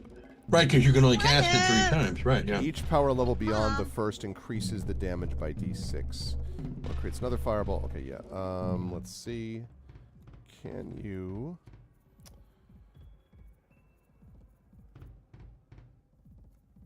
I don't know about that casting spells. Power level ranges from 1 to 3. Okay, so you could go up 2 level. All right, yes. Wait. So You can only cast it 3 times, right? Per day? Currently, yes. And this is my last one. So there was one in the last session that killed all the bats, and you've just cast 2 of them, right? No, I cast one, but I upcasted. So it's 1 spell slot, but I need to spend more willpower points. Okay, sorry. yeah, that's right. But this that you're casting now will be your last one. Will be the 3rd. And yes, it looks like you can do that. Okay, so for 6 points, that means 4d6. 4d6. If I hit. Or just say 46. 46. No. Oh, that would be 4 nice. space Wouldn't D it, though? space 6. Ah, yes. Oh, that was sitting on a demon for a minute there. Yeah. Okay, it does hit. So go ahead and what's that damage looking like? I hope hurtful. Not as much. Yeah. Okay. Oh, that's less damage than previously. 8. All right. Again, slams into the creature. Again, this fireball, a mighty fireball of this size, would be enough to obliterate many of your normal enemies. But, Hatea, this thing is only daunted but not obliterated by your fireball. You have done a fair bit of damage to it, but it remains standing. And it glares at you even more balefully than before. Like Oh, that 2 was my bales. last fireball Double for the day. balefully. Yeah. Right, 2 bales. That's like enough to feed Horgor. Exactly. Okay, you're staying where you are? Yes, I am. And for Frogor, same thing again. Hold action for if he gets in range. Okay. And then hit. All right. So let's see what it's going to do. Right. Okay. So standing in the same spot, Toriel, you see the creature glare at you. And then in an almost casual maneuver, it takes one of its hands and goes just sort of almost as if it's slapping you from a distance. And you are, let's see, you feel some massive force slam into your body, and you are thrown. This cannot be dodged, by the way. Yeah. You are thrown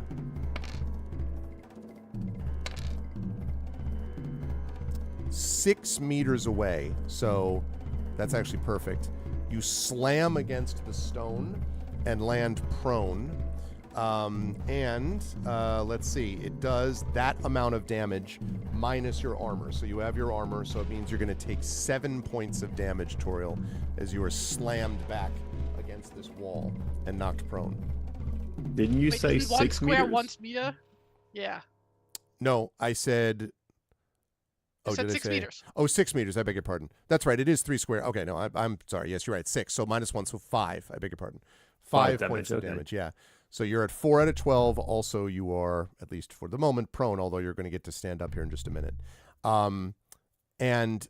Still standing on the other side of this door. It's still standing.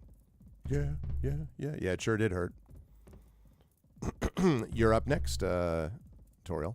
What would you like to do other than stand up and see that your bones are still in your body? So Toriel, well, slightly taken by surprise, suddenly finds himself against a stone wall that was quite a ways behind him just a moment ago. Yep. Has a bit of an episode of back pain, I assume. But tries to get up from the floor that he was tossed on or fell down to. Mm-hmm. So I think that takes my movement action, if I'm not mistaken. your movement as you stand up, this is part of your movement. No, so in this game, standing is a free action, does not affect your movement per se, but it can only be done on your turn. So you can actually get up from being prone, and then can move. So it doesn't count as an action in Dragonbane. Okay. So Toriel would like to take this quick moment and take a cursory glance at the others and perhaps shoot them with the question. So, do we want to go one of these ways or back the way we came in?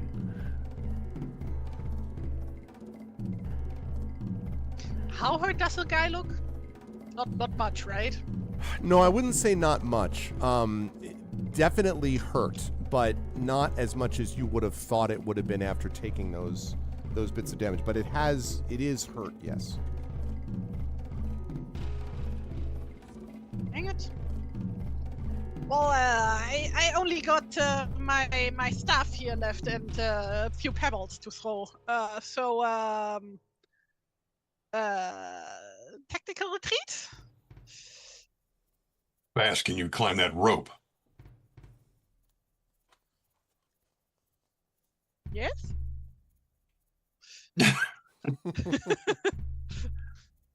I will find out! Yeah, okay. In that case, Toriel will try to make his way over towards the rope.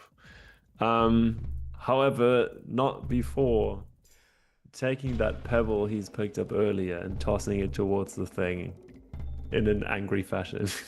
Okay. Are you actually making a kind of attack-ish there with that? Or? If possible, I would like to try and, like, I don't know, hit, like, his face hole in the armor. Okay. I think this is sort of like an improvised weapon attack, possibly. Let me see. What would I call that? And again, for those... Sorry, say again. Slings? Yeah, maybe slings, although it's basically just sort of thrown weapons. Let's see. So I think for regular weapons, it would be just the regular damage roll, but I mean, it's just a pebble or like a tiny rock, so... Yeah, it's for those who are new to this, as I get new questions, since I am still fairly new to this system, I try to look them up and work from there. There's my improvised weapons thing. Let's see. One thing I would also note is that you do have one of the spears from the guards, right? Yeah, right. I did pick that up. That's true. I mean, that would be easier to, I can probably toss the spear at him, yes. Okay, and it can be thrown, it confirms. So that is just a regular roll for spears then? I think that's right, yes. Although, now wait a minute, you have a long... Yeah, that's right. Because it's a short... Yeah, so you can. Okay. That was not very successful. You plunge it into Chuff. No, it sort of just clatters along the ground, and the Wight sort of looks down at it and then looks back up at you. Well, okay. As that didn't work, I would like to spend the rest of my action to go towards the running rope. Towards the rope. Okay. All right. Which I think is somewhere around here. I think that's about right. Okay, so you're not able to start climbing it yet, but you can get to it. Okay. Next up is Chuff. So watching the spear, it's like, oh. Right, look, we're sorry we hurt your... And he just shoots. Okay. Let's see if I can do this without clicking the back key on my mouse.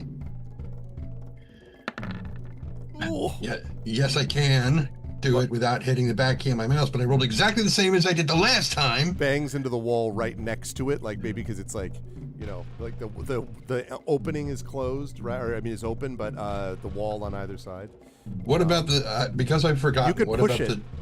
Well, what about the dragon that I rolled with the previous thing? Right, because I can provide yeah, hold on a second. That's a good point. I've been so interested in the fact that it marks something that I forgot that the dragon has an additional effect. Hold on a second. Quite right, quite right. I don't want an actual. It's like you mean a dragon? You mean an actual dragon? No. You mean like a dragon mark battlesmith artificer? No, Yeah, like that. Wrong game. Totally different situation. Okay. Let's see. Okay, a second. Rolling a dragon. That's what I was. You have to sneak up behind them, lock them on the back of the head, and then rifle through their pockets. That is how you roll a dragon. Yeah, that rolling a dragon when you attack. What did you roll the dragon on again? I think it was maybe the awareness. Wasn't it the willpower check? Yes, it was the willpower attack. Okay. So Against the roar, which sounded like he was backing through puberty. His voice just got higher and higher and higher. I'm like, that's not how a roar works. What are you talking about? That's true. So this is not right. So that doesn't hold on to inspiration. But because you did this, I would say that what this would give you, yes, I think this is a good call. I think the fact that you have resisted the fear of this creature with a dragon means that you would get a boon to your next attack roll against it. I actually think that is what I would do. So in that case, I would say that you can roll again this bow's roll because, and that was based upon the fact that you did it on the willpower check because it's directly related to what I get to determine what good or bad happens in that situation. Okay. So I think that's what I would do. All right, So, yes. so let's see if I can click this without clicking the back button on my mouse. And that's brawling. I want bows. Hey, there's a hit. That hits. All right. Now we get to see the damage inherent in the system. Uh-huh. And where does that come actually, I think you're supposed to. We talked about this, didn't we? You're supposed to roll short bow, like actually. Right, Yeah. yes. So down go ahead and here. do that. But go, and if it doesn't hit, then we'll make it hit the next We'll time just- because you did. Yeah. Okay. Okay, that's fine. Yeah, still Okay. hits. So, Now, so 9 damage. So this creature. Okay, so we're gonna take. Okay, it does seem to like it. You know, your arrow flies out true and lands sort of in its shoulder, and the creature takes a hand, grips it, pulls it out, tosses it to the ground. Now, the mechanical effect of that is you did damage it, but not a lot. So I would say probably it's almost, you've seen enough bits and pieces from the fire and so on that it probably is not quite half hurt, maybe, hard to tell. But you have damaged it a little. What do you want to do? Having hit it. Basically, he's kind of nudging Frogor back, like, back, get back to the rope. Okay. And he's sort of, knocking another arrow and walking backwards, trying to keep everybody else behind him moving towards the exit. Okay. All right. We shall see if they, and then you should move yourself, and then we'll see whether they move also. Are you, because you're moving how far back towards it?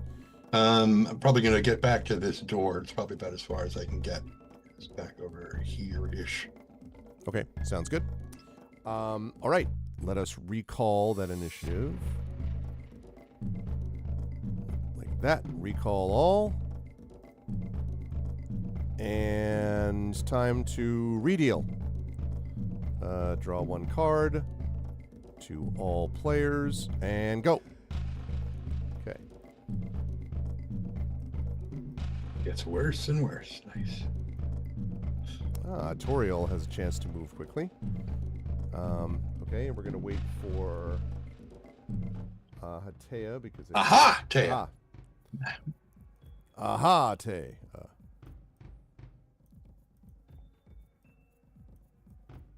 Okay. Ahatea, we've just redealt, so if you could pull up your initiative card, please. Chuff did hit it slightly. It's not letting me? Ah, okay, now. Okay, I was just clicking wrong. A 5. Alrighty. Okay, first to act is Toriel. Toriel, are you climbing the rope? After just taking one more look around, I'd say yes. Okay. How quickly are you planning on climbing? Well, given the fact that I have just been scared by the thing, I'd say rather quickly. Okay. So then I'm going to have you make an acrobatics roll, please. Which should be on there. That went about as well as expected. So you do one of those. Burn. Yeah. You are now. The rope does actually provide you a boon, so I'm going to let you make that roll again. That's the benefit of doing that. Well, that and the fact that you wouldn't be able to get up there any other way. So, yeah. Okay, so you're still unfortunately at the bottom of the rope. I'm frantically trying to get up, but to no such a way. To no avail. Wait, wouldn't climbing a rope be athletics, not acrobatics? Not in a game that has acrobatics. Literally, it says under the description, when jumping, climbing, or performing a similar physical action, roll for this skill. So, otherwise, I would have agreed with you, but athletics is not a thing here. Oh, right, that's true. Acrobatics sort of covers that. It Yeah, would clearly be performance. yeah, You exactly. just have to Cirque du Soleil your way back. There's never happened. All you need is someone singing in French Canadian, like a Canadian accented French. Mm-hmm, mm-hmm. Oh. Yes, right. very French. Witchcraft. Yeah. All you need to do is sing in Butchcraft. All right. Next up is Ahatea. Because that took, unfortunately, Toriel, your action to try to get up this thing. Everyone, I have an idea. We should try and toss the, lure it into the path here and toss shove the statues on top of it. To trap it. Huh? Yes. We know. You are dumb. Which way did these doors open? This door was pushed in, like so you'd be pulling it back. Okay. Close it. Okay, the portcullis will not have anything done to it anymore. Yeah, I didn't think so. Yeah. But yeah, you guys want to do a maneuver of like, what's the word? Like toppling. That's the word I was over. Toppling the statues on top of the right. White? White. Seems like the white stuff. Yes. Is that plan? We could do that, or you could try to climb the rope and get away from it. Okay. It's your call. I mean, Well, Ahatea is not toppling these statues on her own. right. And Chuff was basically just trying to get you two outside the door. That's all he's trying to do is get everybody out of this room. I see. Yeah, okay, in that case, yeah, I would run to the rope and start climbing. Okay. So also acrobatics check, Yes, so that would be an acrobatics check, yes. also with boon, if I need it. And if it's the same, do I succeed or not? then you do succeed. So you do nice. climb up, and you're able to make it, I would say, to the very top of the rope. And then are sort of looking back down, just the top of the rope. So you're looking back down into the chamber at your companions below. What about Frogor? Frogor is right behind her and would make sure that she... it's like basically standing below Okay. to catch her if she falls, because Let's- that's what he would do. I think that's quite right. Let's have Frogor make an acrobatics check, please. No, he's not climbing. Oh, he's just going to stand there? Well, I mean, like, can the rope carry? I guess we are. You're at the top. By the top of the rope, I mean that you're literally you're out. You're off the rope. You're like looking. Oh, down. I thought I was like just about to climb. Right out. near the Okay, opening. No, okay, no, Yeah. then. You can probably see Horgor from where you are. Yes. I can't. You can't because Hogor has galloped away a long time ago. I'm out this But, bitch. Yeah, no, then Frogor would also climb. Okay, so acrobatics for Frogor, please. Yep, just enough, Oh, Frogor. awesome. Oh, man. Half jumping, half climbing. I'm just imagining the two of them kind of flapping their feet to Yeah, try exactly. to push their way. into Okay, and Frogor makes his way to the top. All right, which leaves just Toriel and Chuff there. All right, this creature. Let's see. What is it going to do? Let's see. So Chikor just was like sitting on top of Frogor's head for the entire time. That's a good thing you pointed it because I was going to say. Okay. Age is full of bugs, and it's just like, That's ugh. right. Yeah. Chuff. The creature, because you've been, sighting down your bow or whatever, opens its eyes, which glow a fierce blue-green, and suddenly you feel as if you were looking into swirling pits of flame, and you hear.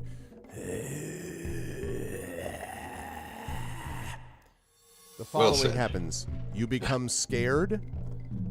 So you have the condition scared. Okay. And you now are going to you're going to suffer a fear attack like you did before, but you get a bane on this roll. Now, normally I would have said, because it doesn't just being preserved once doesn't mean that you were always preserved from it. This is a different attack. So, Wispy Song has inspired you, which will counteract the bane. That is accurate. Assuming you wanted to, use the inspiration, but I imagine you would. So if you are using the inspiration, then it means it's just a flat willpower roll now. There is not a bane on this one. Thanks, Wispy. So I don't have the scared? So you do have the scared condition, Okay. but you will not take a bane this time. So I have that marked. Yeah. And now I click on will. That's correct. Okay. Okay. Fail. No, so what happened there was because you have the scared condition, it automatically rolled the other one, but because we said, so what you're gonna need to do is for this, because it's not expecting that we would have someone awesome like Wispy doing this. So you need to unclick the scared condition for a minute, because then it will allow you to make the roll flat, and then we'll give you scared. You follow what I mean? Yeah. So uncheck that and then click willpower. And then click willpower, and then it should just do the one. Still all right, fail. well, you still fail. Okay. So, all right, so you are... Thank you, though. Thank you. Thanks, Wispy. Bring the scared back. Guess who's back? Back again. Scared is back. Okay. No, you got to sing the Welcome Back Cotter thing for this. She's welcome back. Oh, welcome back. Your fear was your ticket out. Exactly. Okay. All right, which means then, having done this, you must make a roll. You can push this if you want, Chuff. Could push it. And if I fail, do I mark scared again? You mark another thing besides scared at that point. Oh, okay. All right. Your call. What are the effects of being scared? You would well, no, you mean by being struck by the fear attack? Yes. If you're struck by the fear attack, you roll a d8. You could be enfeebled, shaken, panting, pale, enraged, paralyzed, screamed, or run in wild panic. Okay, panting is no big deal. I'm a wolf. I do that all the time. Yeah, it makes you exhausted. Yeah. It's not great. No, but it is kind of cool. Oh yeah, In a weird way. That's certainly true. Yeah, I'll take it. Okay. I think this is interesting. I'd like to see it. It's sort of like how we rolled all of his attributes during our first session to show people how it works. Yep. I'm going to go ahead and take this so that we see how it works. I love it. So now I need you to roll a d8. Unless there's something that says fear on your character sheet, but I don't think it does, right? I just want to see if they automatically added it, but probably not. But it's I don't know where it would be. Let me look at Chuff's sheet. Not there. attribute stability. Yeah, I don't think so. So then you're just rolling a d8. D8. Don't push the back button. 3. Speaking of panting, the intense fear leaves you out of breath, just like, and you become exhausted. Now, the exhausted condition is under strength. Yes, and the exhausted condition, let me see, basically means that any strength roll is going to take a boon, I believe, is what that means. What? A bane. Bane. A bane. Yeah, what did I say, a boon? Yeah. Oh, You sorry, said yeah. I was like, that doesn't make any Oh, sense. sorry, a bane. Well, I mean, if you Oh. insist. Yes. If you're a berserker, maybe. Yeah, that's true. So you are now exhausted and scared. Good. Cool. Scared and exhausted. That's great. Okay, that was its attack. So it still continues not to step over this. Like, it's still standing in the same, chamber that it came to the door of, for whatever that's worth. And now, Chuff, it is your turn, actually. So what would you like to do? Well, he's a little bit freaked out, like a dog on 4th of July or Yep, New Year's yep. Eve. Yeah, he desperately needs a gummy. I should probably put a 1 in Bane, huh? At the top of the character sheet where it says boons and banes, I should probably have 1 in banes, right? Well, no. Why would you? No, I don't believe so. Didn't you just say I get a bane? No. because- When you get a bane, when you were asked to make a roll based on that. Oh. So when you were asked to make a strength roll, or I think scared means that if you are then given another fear attack, you probably are rolling that with a bane now because of having to do that. So Okay. yeah, All right. you don't have an extra. Yeah, he's got an arrow knocked, but it's Yeah, exactly. across the bridge of the bow as he's moving his way backward. Do you want to attack and then move, or move?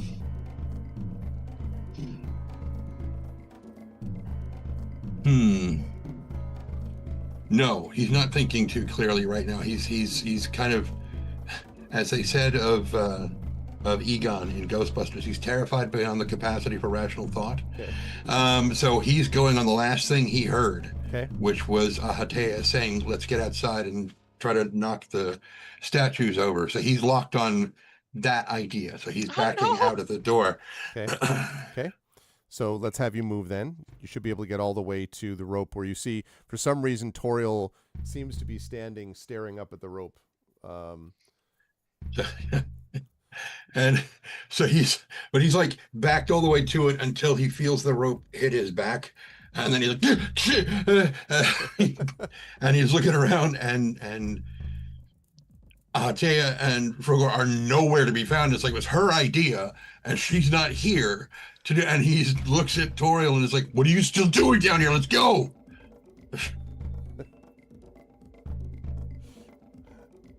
So Toriel still has probably the rope in his hands, is looking at him slightly confused, like, I'm trying. All right, let me recall the cards. I will shuffle, I will recall all, and I will redeal.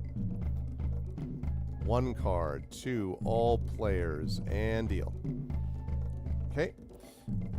So my guy's got a 3. I got it too. Oh, I go first again. All right. Foist. Toriel decides to be different, tilting the 9 slightly to Like the a right. Batman villain. It's ha-ha. Trying to make it smaller. Mhm. Okay. Right. So we start with Ahatea. You were on top of the rope, above the rope, like you're right at the opening. What would you like to do?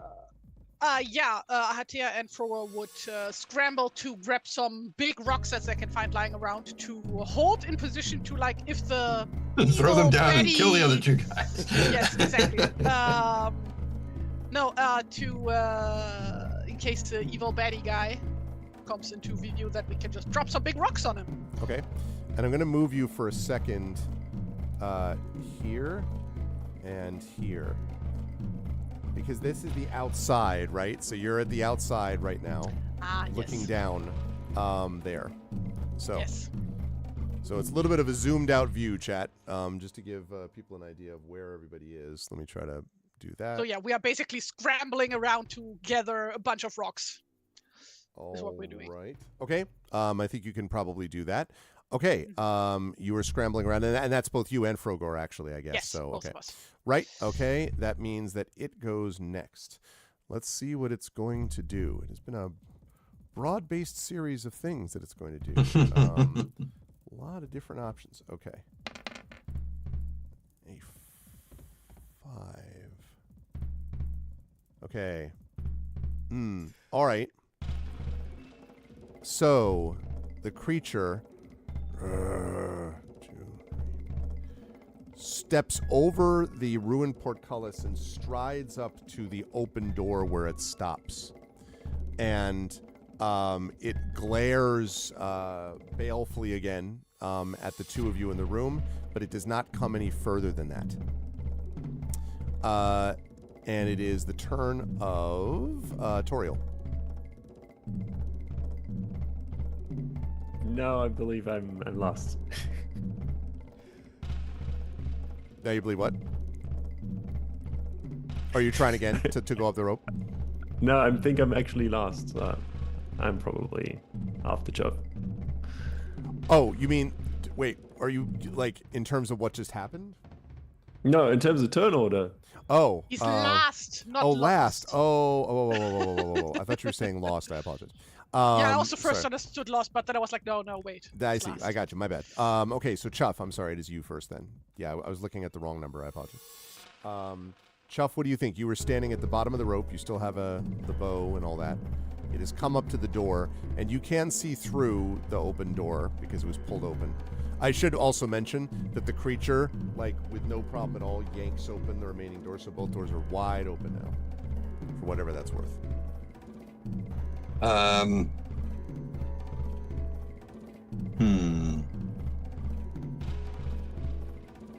Kind of want to do a roll to see between the two options that I have in my mind, what Chuff will do. Because I figure the two options are he will try to shoot it one more time before he goes up the rope. Okay. Or he will up the rope. Okay. So I will roll a 1d4, and if it's rolling for fight or flight. Basically, yeah. And if I roll evens, he shoots. Odd, he yipes up the rope. Row. Even, he's gonna shoot. Okay. Shoot away. Shoot him. Shoot him. Shoot her. Not that one. Don't shoot that one. Don't click that one.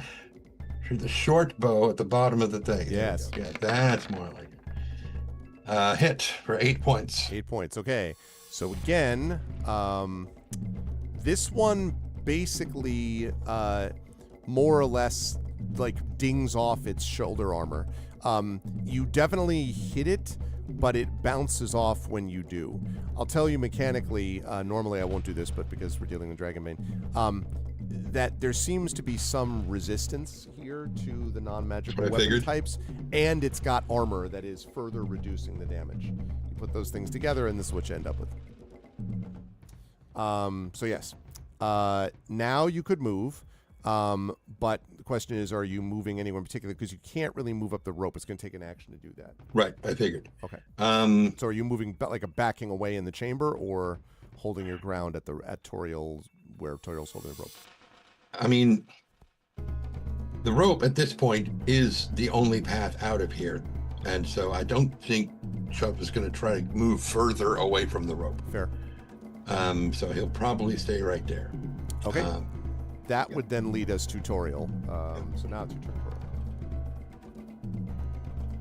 Well, that said, I think Toriel is, for a lack of ranged attacks, attempting to make his way up the rope. Okay, let's see that Desperately. acrobatics check again.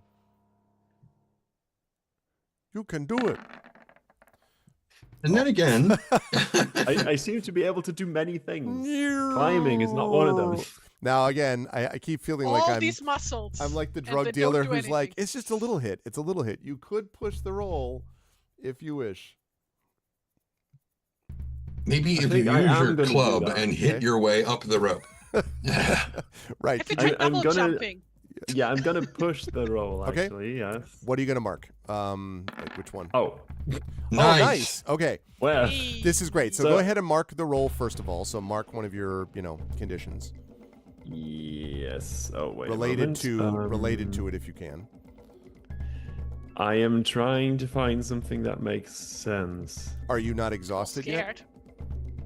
Oh, I will be exhausted after this. Yes. So then that's a perfect one to mark because that what that gives you is, first of all, that's good. You'll be able to deal with that later in terms of experience, but you are really motivated. You just like you just freaking head up the rope. And I would say there's a moment where Ahatea, you're going back, like waddling back over with a rock, and you're just like, I've got something. Wait, and then you look down and like, oh, this elf at like top speed is just like, heading up and gets there and like literally you pull yourself over the side, into the opening area and but you have found yourself here as you are now on the outside again looking down. Okay. That is that. Okay, so we're going to recall these again. Shuffle after recalling. And we are going to deal one card to everyone. Deal it, baby, one more time. Okay. My guy's rolling really well. Great.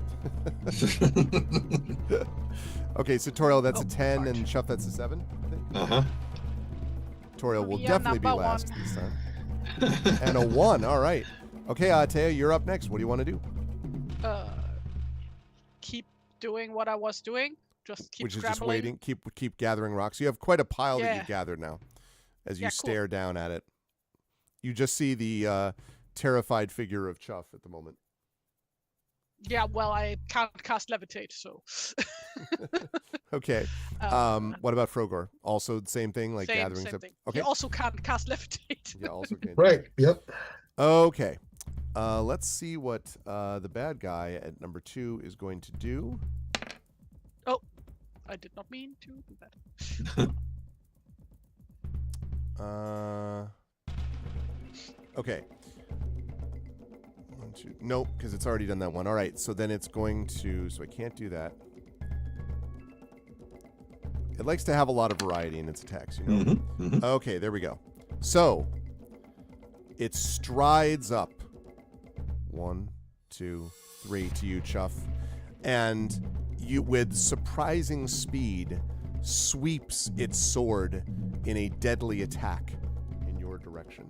Now, you can parry this attack if you wish. I will make the roll first. Let me get rid of that.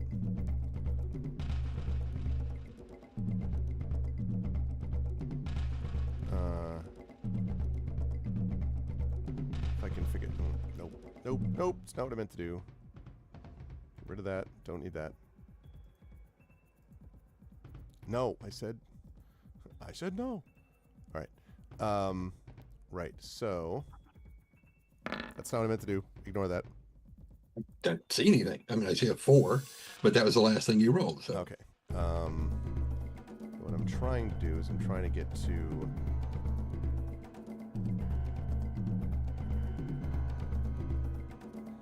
Get to its attacks. There we go. Okay. So what I'm trying to do is I'm trying to actually make an attack with it. Oh, okay. Should be able to maybe do that, possibly. No, it's not gonna let me do that. When I what's happening here is that when I click on it, Maybe if I do it inside here. When I click on it, it doesn't, it's not doing the attack, and it's trying to make me edit it. Oh, no. Then I hit the wrong button on the browser, and it's all going to hell. Okay. Pardon me. Chuff has gone to hell. There we go. You were taken to hell. Yes, my apologies. Oh, great. That's great. Yep, that's wonderful. Now, of course, it will not roll as either one because... Okay, just a moment, chat. Bear with me. I mistakenly hit a wrong button, and now I have to rejoin as the GM, not as the player. So you all get to see Chuff waiting in fear as the... So I'll describe what I was laughing about earlier. Is I figured that Ahatea and Frogar are going and gathering rocks and bringing them back over to the thing. And they see Toriel come out so fast that he almost arcs out of the thing, like he did a double jump out of the thing. He just flies out, lands next to him. And Ahatea has a big rock. She's like, okay, well, that's all of us. Let's go. And turns and starts walking away. And like, you guys pull the rope up. And so Chuff is like, trying to grab the rope, and he turns around and sees the rope is gone, looks up, and everybody's like pushing the block back, and he's like, what is and then they just go back to outskirt and like, nope, we didn't find anything, thanks, sorry about your dress, bye, and then they leave. Seriously. Oh my god. All right, so it's going to take a minute. Sorry. Okay. Never, ever, just kill him. Ever hit a wrong button on a browser when you're running one of these things. Never, ever do it, because what ends up happening is you end up like summoning Takesis. No, wrong game. Bad things happen. I'll just put it that way. All right. Bear with me just 1 second. Also, hi, Big Boss. Okay. And I keep saying Takesis because in Dragonlance, it's Takesis, not Tiamat. And so, but every time I say Takesis, I imagine Takis, the snack chips. And so I'm just imagining a dragon made out of, corn chips. Delicious. Yeah. Crunchy. Yes, very. Well, I mean, dragons are normally crunchy. But I wouldn't know. I have not eaten dragon before. See? The thing that's really going to piss off Frogor is the fact that all the bats are still down here with me. So no bat Ritos for anybody.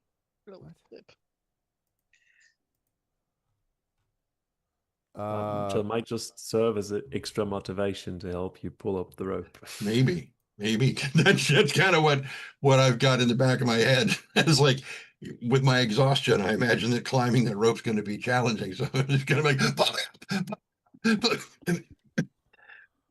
And then the Wight's just going to sweep his hand aside and knock me off. It's going to be like a piñata. A puppy piñata, as it were. That's bad. Well, they're tough. Yeah. Yeah. Boy. Is he also full of candy? The name is already in use. What are you talking about? I mean, he's probably got some berries on him that he keeps with him. So could be. Greg, what did you do? This is such a cascade of errors. I can't even tell you. Like, it does it, and then OBS is like, "What happened? Where is everything?" I'm like, "It's right there." Jesus. Oh, you need to recapture everything. I need to recapture. Yeah, it's. Yeah. Okay. In the meantime, it's not great. I apologize. I haven't mentioned this actually yet, but the author from the last Choose Your Own Adventure book we did reached out to me because he saw my drawings that I posted to Blue Sky. Because I had tagged the publisher of the book. Oh, for a minute I thought you said attacked the publisher. So did I. And then tagged the publisher. I tagged. You tagged the publisher. Yeah. Tagged. Yeah. The publisher, and they then tagged the author, and they were very happy. Nice. That's about awesome. My drawings. Yeah. Oh, that's awesome. Very sweet. Then slipped into my DMs. That's nice. Very cool. Yes. can quickly look it up again, what her name was. And probably still is. And probably still is. What the frick? No, that's not This is truly incredible. Like, I literally just hit a browser button by accident, and now absolutely everything is broken. It's amazing. Truly incredible. I was going to say, or en français, it is incroyable. It's Mia Johnson was the author of the book that we played. Mm-hmm. Yes.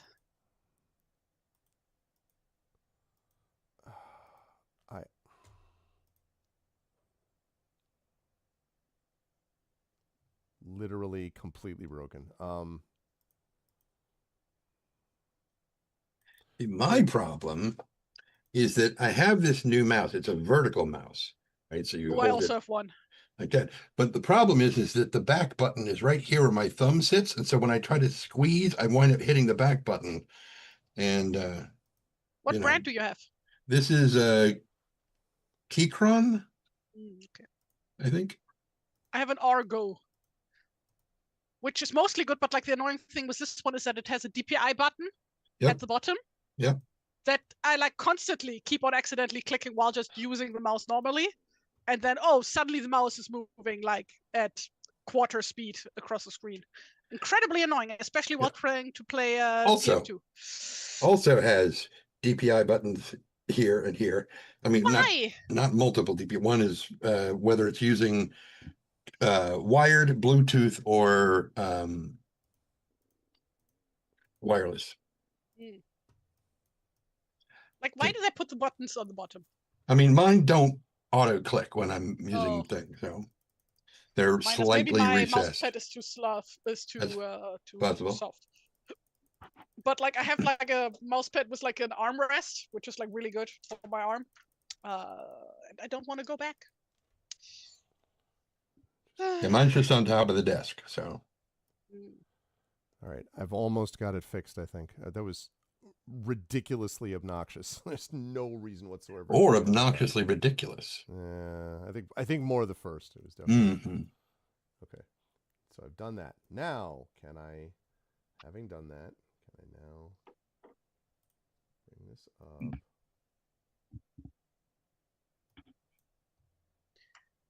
5 hours later. Yeah, it's incredible. I just can't even believe it. Like,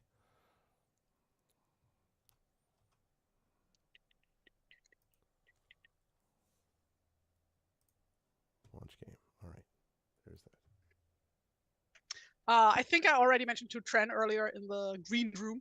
Well, it was just the two of us that I have been playing Final Fantasy VI finally.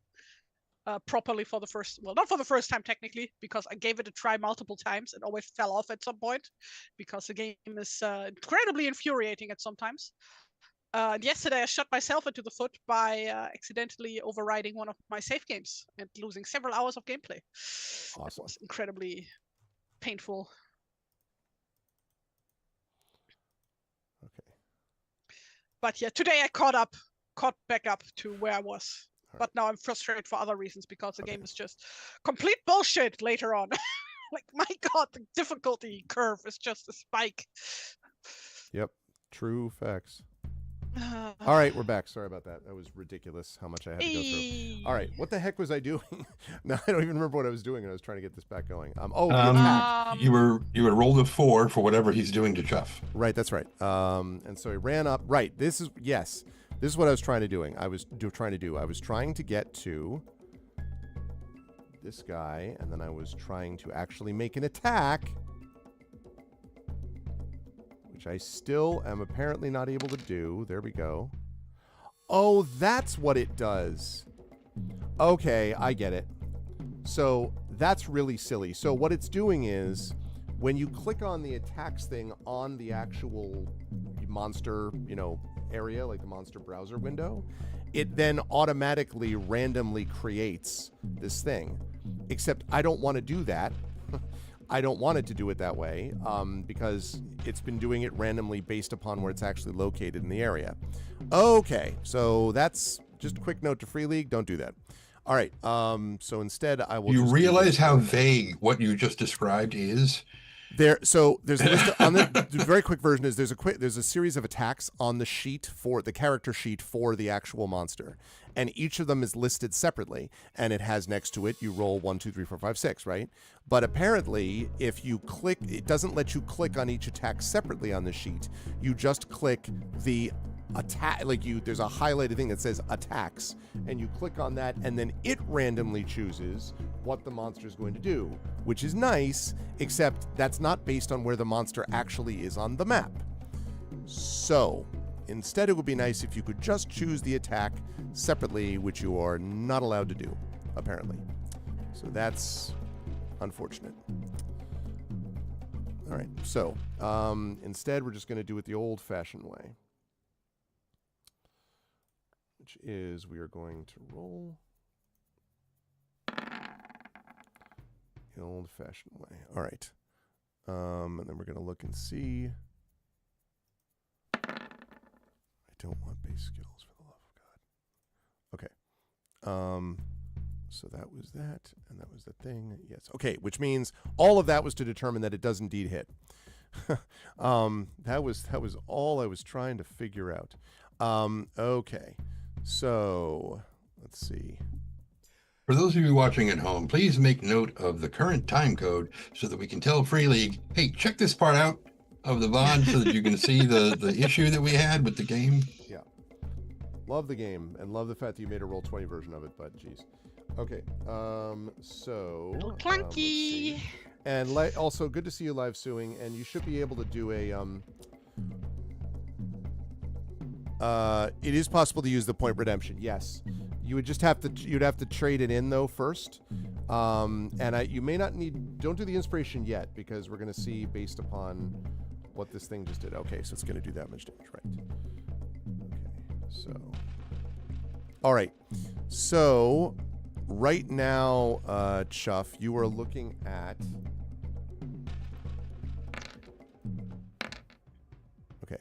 So as of right now, it would be doing 8 points of damage to you in this sweeping attack. Thank you, Live Sewing. 8 points of damage to you in this attack. If you have any armor, you would subtract that. I think you may have 1 armor possibly, so you would have 7. 1 point. So you either take the 7 armor, or you could try to parry this attack. Right, you did say that. Okay. And the function of parrying, I mean, mechanically, what is involved? So you mean to actually do it, or try to do it? When you try to do a parry, which I believe is under the combat thing, when you try to parry, you could choose to parry the attack with a drawn weapon. Oh, but I remember this happened before because you don't have you have a drawn weapon. It says you can parry it with a drawn weapon or a shield. I'm trying to decide if a bow would count. I mean. It probably you don't think so? No. Well, because it doesn't specify that it has to be a melee weapon, but what is he attacking with? A sword, like a long sword. Probably not. Just my way of thinking, if Chuff did try to parry the attack with the bow, if he fails in parrying, it would break the bow. Yeah. Well, so. Decisions. You can take the hit and still be alive. It's just, Yeah.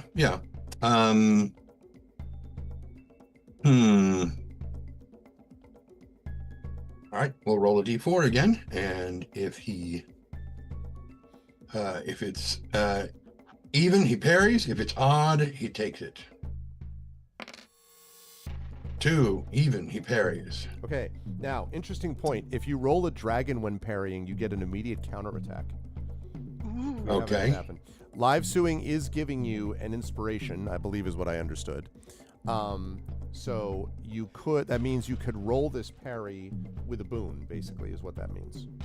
Okay. And where do I roll this parry? So there should be, it should say, let me see if it says it on your sheet. I don't know.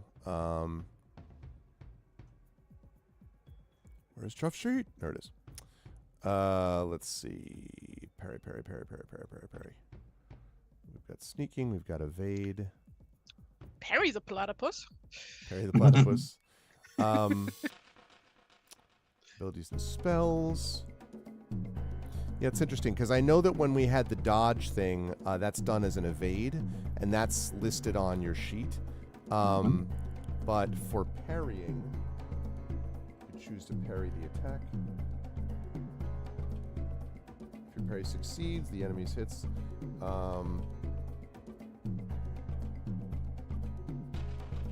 Right, but it does not actually say how you're parrying. Right, that's why I'm like, what? Yeah, it didn't say it there either. It's impossible to parry and dodge the same attack. Oh, you roll against your skill level for the weapon. Okay, so that's why. So you roll a bow's attack is what that would be. You're rolling against your skill level for that, which is interesting. I could see that. Against the skill, but not the attack, correct? I guess that's right. So it would be right. So in other words, it would be a 14 you're dealing with instead of whatever. Your bows is 14 though, so it shouldn't. Oh, I see. You mean you're talking about a 7 instead of the yeah. Right? No. What I'm saying is there's up in the weapon skills list where it has bows, and that's a 14. Or do I, since you said there's a chance of a counterattack, do I click on the short bow attack down at the bottom, and if it succeeds, I do that much damage with my bow? I think that makes sense, yes. Okay, all right. Yep. Okay. Click. You can do an inspiration -have. A little late, and it's a 3. Don't worry about it. Okay, so well, you're rolling this with a boon though, right? Because of you mean a bane? I mean, no, you're rolling with a boon. You're rolling with a boon because you were given that by live suing. So the reason you might want to use that is if you want to try to get an counterattack on it. Otherwise, you could just take this. You'd be saving the inspiration in that event. I mean, I rolled a 3 against a 14, so I hit him no matter what. If I use it, now the best I can get is a dragon. Right, but the only way you hit him is if you get the dragon. Because remember, this is just you parrying, so that's the idea. Okay. It's one of those, like, can you critically succeed deals. That's okay, we're also pretty much right at the end of the session. I see that. Yeah, right? I know. So that's exactly right. That's why this is going to be the last sort of... All right, yeah, so we'll use it. It still hits. Okay. But it's so it does. So you do successfully parry, which means you do not take the damage, which is, I'm sure, good news for everybody. Okay, and let's wrap up this last round because you're next, actually. So, are you now climbing up the rope? Oh, you betcha. Okay. Now you are, as you're doing this, going to have to make an evade roll if you succeed. I figured. So you're going to first do an acrobatics. Yep. Can we assist via pulling him pulling up? the rope up while I'm climbing? Yes, I'm think still going to be yes, which I would say would mean that you would be giving you. So that means you would be getting a boon, I think, to this attempt to climb the rope, or a boon, a boon to climb the rope because they're pulling. And then if you want to take an inspiration from chat for your evade, you can do that. You follow what I'm saying? So the boon that you're getting for climbing the rope is coming from your companions who are helping you. The boon coming to on the evade when he attempts to attack you. Well, he already gets a boon for having a rope to climb instead of. Yes, but this is a second boon for the evade. The boon from the rope is for the There's 2 checks. There's 1 check to climb the rope and a second check. Yes, to but avoid I'm saying being because he has a rope, he would be getting a boon anyway. But not against the evade. No, I know what she means. No. I know what she means. Okay. I know what she means. Not in this case, no. He's trying to climb up under extreme duress. Okay. So, yeah. No, you're right, Tari. That's right. Normally that would be the case, yes. But in this case, no. So that's just a... but you are getting it because they're helping you anyway, so it doesn't matter. So let's make the acrobatics check. Yeah, you're quite right, Tari, normally, but not in this situation. So acrobatics check, please. 5 over 14. Okay. So you were able to do that. Why don't you do, again, same deal. Why don't you do it again since you get a boon anyway? Just to see if you get a critical. Like you get a dragon. Okay, that's fine. So you climb up the rope, and now we're going to do the evade, and now you're going to do that at a boon because of the benefit from live sword. Almost. Same deal. You might as well roll a second time. Oh, yeah! Let's go. Now, this is interesting. This is interesting because that means that, so you really, really evade. But what I'm wondering about is if you can use that to your advantage somehow. If you get a dragon on an evade, I wonder what. Thank you, Fox. Yeah, that was a good one.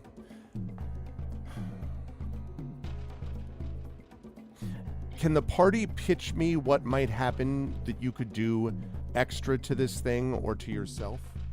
Well, as you're we did climbing the gather rope? a bunch of Bunch rocks of to rocks. toss at the guy. Okay. So what I will Specifically allow, for because he's at this. the bottom, because he is at the bottom. All right, I'll take that, because what it means is your evade means that you are literally able to avoid it as they're throwing rocks down at you as you're pulling up the rope. I love it. All right, so I like that. So what we're going to do is, that means you're going to get to the top safely, Chuff, and I'm going to give you folks a chance to do what we would call, I think, an improvised weapon down at the thing. So here I have my improvised weapon cards. Stalactite. Perfect. Improvised weapon. The attack hits automatic. I love it. Into sharp rock formations hanging from the ceiling. That's going to be pretty close to this. The attack, you'll be happy to know, will hit automatically. It will inflict damage. It will inflict bludgeoning damage. And the attack can be dodged but not parried. And, even more importantly, armor has no effect on this attack. I love it. I'm reading right off the card. Beautiful. Okay, so we're going to see the bludgeoning damage plus the damage bonus. So I would say that would probably be, for each meter, 3d6. Okay, so I'm going to ask you to roll, one of you can roll, please, 4d6. This is the damage that he's going to take as these rocks come flying down on his head. And I want you all to imagine the visual of Chuff like swinging back and forth as the rocks are flying down there. 9 points of damage. 9 points of damage. Okay. They slam on top of its head. Now, as you look down, you can hear the same, but it is very ragged. And as you look down, you can see his helmet is smashed in, his armor is smashed in. It is not destroyed as it stares up at you, but it is now clearly exceedingly hurt. And Nice. since we have to stop now, we will begin next time with you staring down next week at this exceedingly hurt Wight, deciding what you want to do next. That actually worked much better than I thought it would. But it was set up because you were building these rocks the whole time while Chuff was going over there, and that evade dragon made that possible. Good job, Live Suing. That was good work there. Apologies, everybody, for the weirdness at the very end because of all the tech problems. I'm sorry. But we got there. It's great. Okay. Well done, everybody. It's not defeated yet, but looking a little more hopeful than it was a couple of minutes ago. All right, let me work on the way up. Let's start with Frogor, just because you have control, Taria. Oh, yeah. Frogor. So let's see. Did Frogor? Shouldn't Bruce be doing this at the beginning of next session like we did with Pren? Yes. So all we're going to do today? then is just the automatic ones, which are any if Frogor rolled a dragon or demon on anything. Did he? I don't think Frogor did he? Well, the thing is, Angry was already marked off from last session. I don't know if that was supposed to be still marked off. I don't know how that works. It would have still been, yes. But that Okay. shouldn't have. Why? What do you mean? Does that have an effect on? Why would that have an effect? I don't know. Does it? No, it wouldn't have an Because- effect on a dragon or demon. No, nothing is marked off then. Okay. Besides Angry. So then nothing's marked off. Great. Okay. So then Frogor is then, and yes, we'll let Bruce decide the rest, just like we did for Tren this time. Okay, Tren, we'll go to you. So let's talk to you about what happened. Now we get an easy one. Did you participate in the session? No. Oh, yes, I did. Yes, you did. Today you actually did. Okay. Did you explore a new location? Now, this one, I don't know if this is a new location. I mean, it's a new room, but I don't know that I would say this is a new location. Probably not. Did you defeat one or more dangerous adversaries? No. Not yet. Did you overcome an obstacle without using force? That's interesting. You tell me. Open the door. Well, the bludgeoning was done by me, so Yeah, I was going to say. Yeah. No, I don't think so. Okay. And did you give in to your weakness? No. Okay. So we just have the participate in the game session. What are you marking off for that? Since he did a lot of shooting, I think I will mark that for bows. That seems reasonable. And then you also, of course, did get at least one dragon just now. And did you get another dragon or demon? Yeah. Okay. I got two dragons, one demon. Oh, wow. Okay, so you have all those things marked off appropriately? No. I mean, now's probably where I put them at the top of the I guess sheet, so. right? Although you should for No, that's the, Boons and Banes. So. Right, exactly. For the dragon that you got on the evade, that evade, so evade I think is not its own skill, is it? It marked it. Yes, it is. Oh, it did and mark it. Did Okay, mark great. it. Yeah. Okay. So right, so I see awareness, evade, and bows. Okay, that's probably about right then. Okay, so then yes, let's see you roll the experience. Let's see what you get. Wow. So you did not advance in awareness, but you Right. sure did advance in evade and bows. Wonder what it means when you get a demon in an evade check. No, you don't get to double dip. I know that for a fact. Okay, so evade has gone up and bows has gone up. Your bows is starting to get pretty badass here, Chuff. You're at like a 15 now or something with this. So Yes. yeah, which considering you somehow missed twice in this, I was like, that's interesting. Okay, good stuff. And I don't like being underground. Yeah, no, for sure. Trend, before I move on to Tari, I will ask, so you had some good stuff today. Obviously, this was a heavily combat-focused session. Next session will be slightly combat-focused, depending on what you do with this Wight that's down there. But how did you feel about today as you're going through this this strange process of what's there? There were some points where it was a little bit wonky because we're still, figuring out how everything works. But as always, the RP with my fellow players is just chef's kiss. I love it. It's one of the main reasons that I come here, because I mean, what are my other options? Not to come here. So right, basically, yeah. But you just delightful as always. And I am, and yeah, we will hopefully, I will make sure never to hit that browser button again. Don't ever do that one. So anything you want to point out about something people should be aware of coming from you, Tren, Podcastle work, or anything of that ilk? No, my next thing for Pseudopod, I don't even have to turn it in until July. Oh, wow. So it's not going to be published. It won't be published until after that. But that'll be another piece by Richard Dansky. Okay. Yep. Another one of the werewolf pieces. Thank you, Shatter Mage, for the resub. Yes, it has to resub and run. Thanks, Shatter. I appreciate it, man. Thank you. Hope all's well. Sorry, go on. That's fine.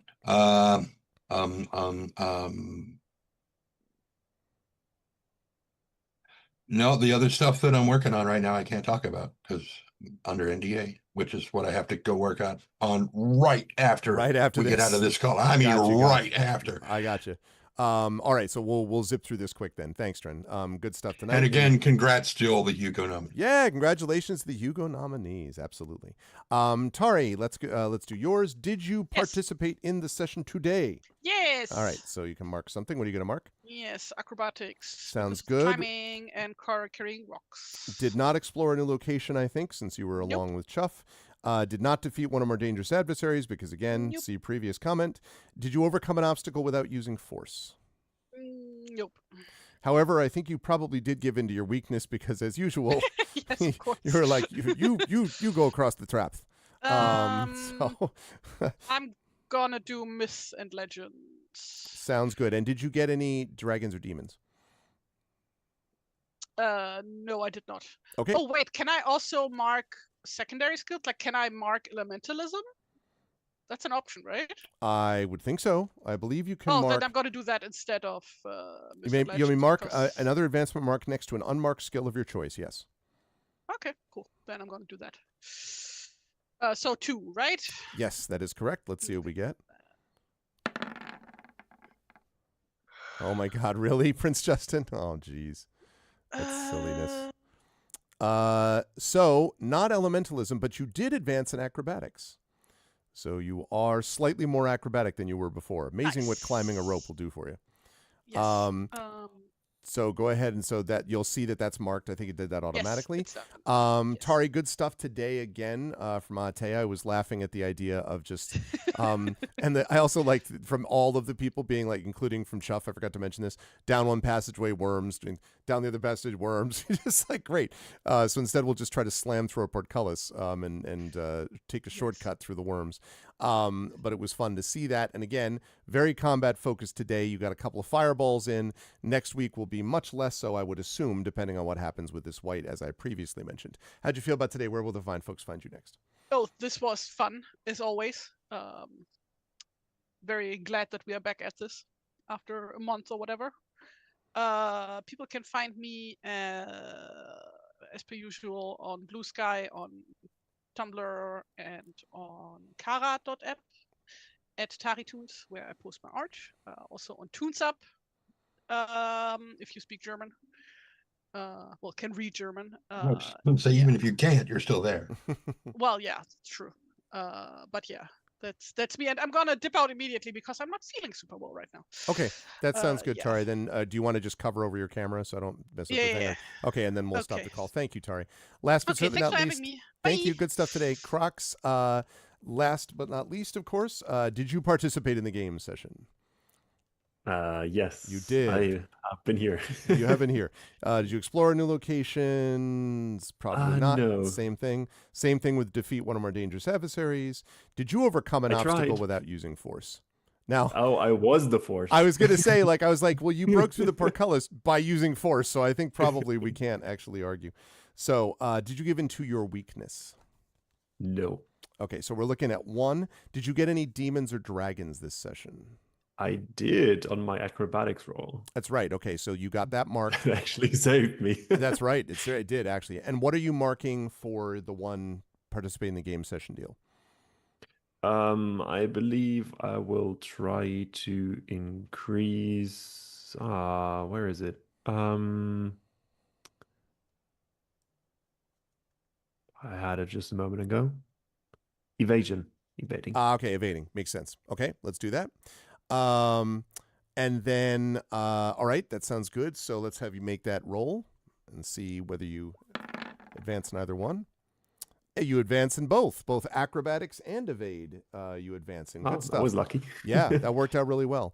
And I do want everyone to remind me, so Tren and Crocs both try to remind me if I don't remember next week, that we should begin with the number 10, which is the last sort of spot, because that'll be Toriel going first before I draw everyone back. So Toriel, you'll have a chance to see if you want to do, death from above, leap down the rope right on top of the blood, that kind of thing.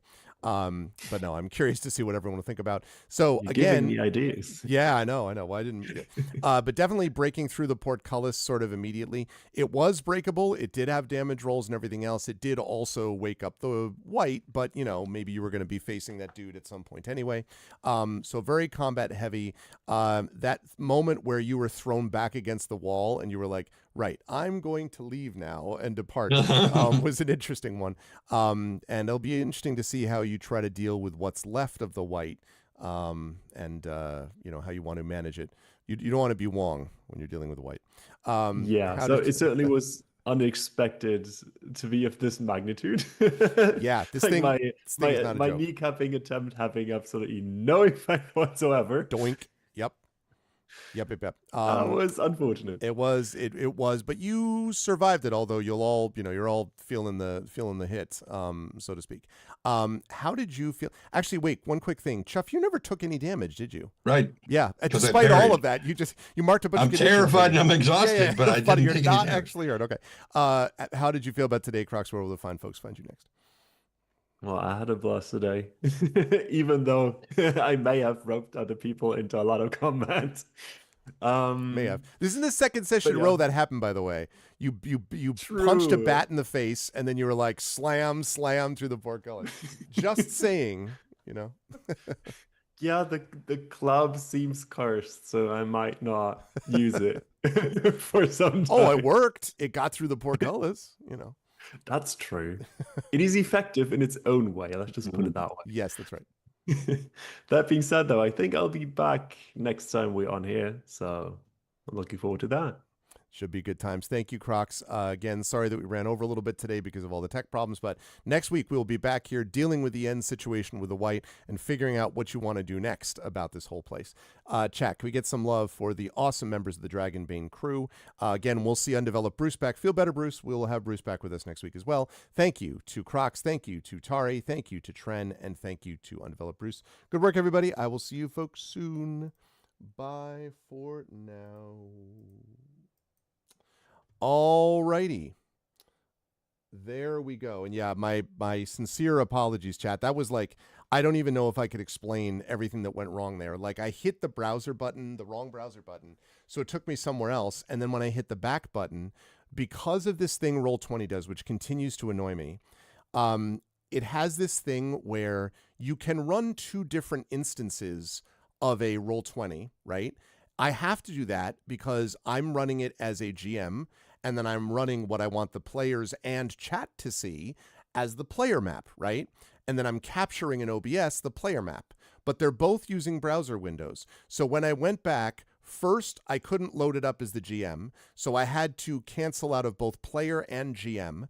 Then I had to reload as GM, then reload as player. Then OBS didn't know which one to capture. And I was like, so then I had to recreate the source. Like, it was absurd that I had to do all this ridiculous nonsense just now. And the fact that it happened towards the end of the hour the end of the session was not great either. But it happens. My apologies for anyone watching this and being like, what the hell is that guy doing? It's a good question. But we did manage to get through it in the end. And so things happen. Anyone who's ever been a streamer knows that live suing has done it. Obviously, Prince Justin has done it on this channel. Obviously, Shadow Mage, although I don't think Shadow's here right now, knows the deal. Certainly, Brandon, other folks, Triffid has seen this from anytime you've tried to do any live streaming, trying to get all that stuff done, and things happen, and it's a pain in the ass. But I do want to give credit, by the way, to chat, and in particular, I want to call out Wispy did this, and also live suing for inspirations for the various players, and that turned out to be a big deal. Live suing's inspiration was actually really huge because it allowed that dragon to happen, and that gave Tren something extra for chuff that he would not otherwise have had. So good job, Live. But yeah, the rest of it, well, that end of things was weird. And it is part of the reason that we ended up with a big combat session is that, yes, it was literally Toriel just being like, you know what I mean? Like just smashing open the portcullis, which attracted the attention of the so then they had that to deal with, but it's fine. It's no problem. It's okay. It's fine. Everything worked out all right. Yeah, so now we managed to get out of it again, but my goodness, that was a bit of an more eventful thing than I expected, but I am excited to see what happens if they're able to defeat the Wight.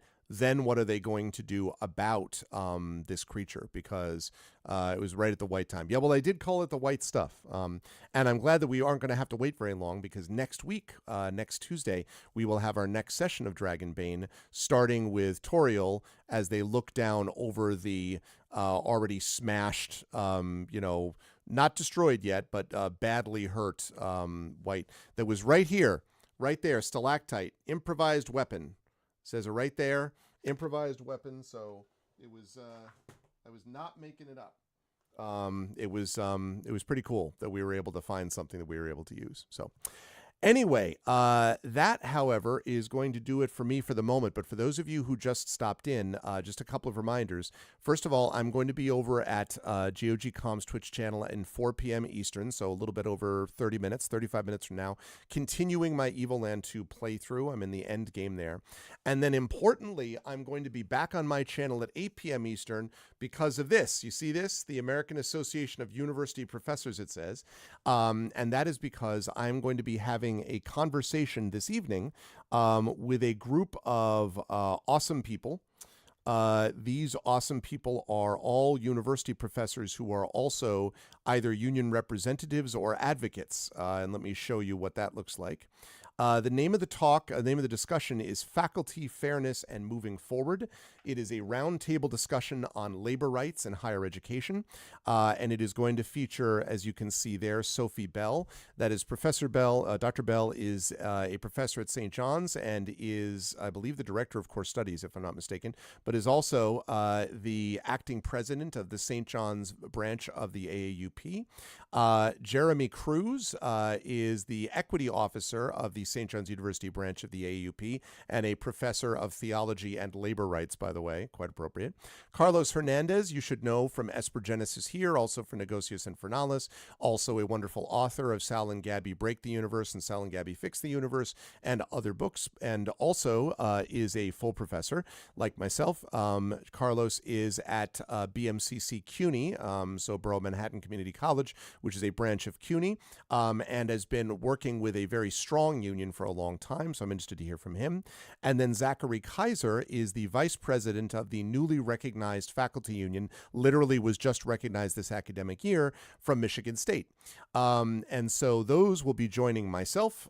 You can see me at the bottom of that list, and we will be talking about labor rights in higher education, faculty fairness and moving forward, a roundtable discussion on labor rights in higher education. This is a very important question, a very important discussion to be having, I think, right now. And it's really important right now in part because my union, currently my administration of my university, has walked away from the bargaining table and is no longer recognizing either union. That is illegal under New York state law. It is also the nuclear option in any case. This is a union which has been in existence for 60 years almost, and then they just decided, nope, not anymore, and are trying to advocate for it or support it based on Catholic social teaching. Because as you know, Jesus famously anti-labor, right? Just unbelievable. And so we're in a labor fight, and it's an important labor fight. It's a critical one, I think, because a lot of other universities are looking to see how we're going to handle our situation based upon that. It is the wrong thing to do.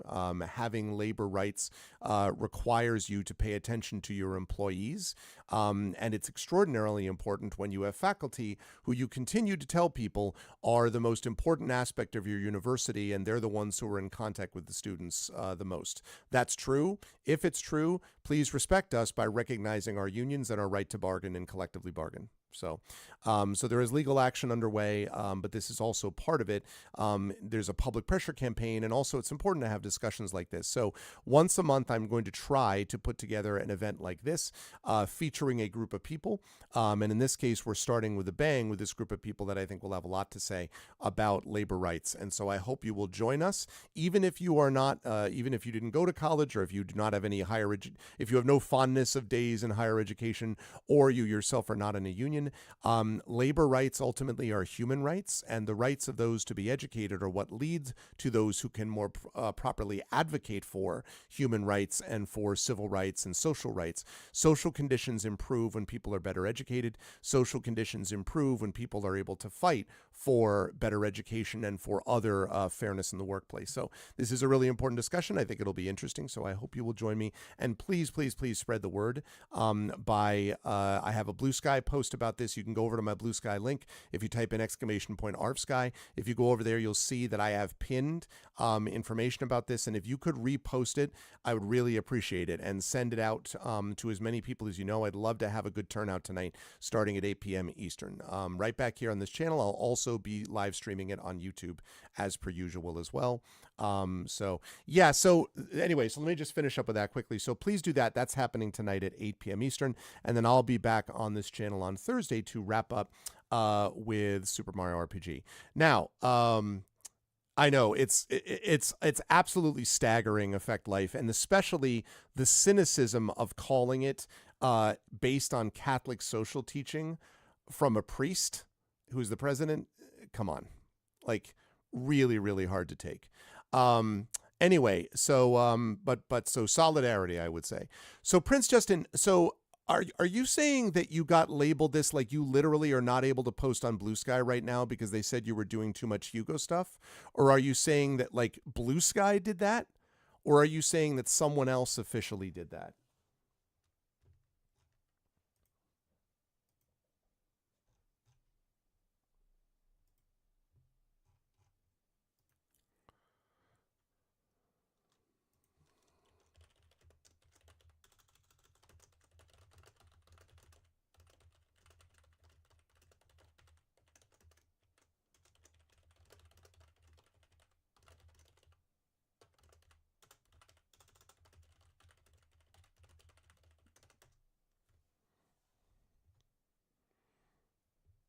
you can post, but it hides everything.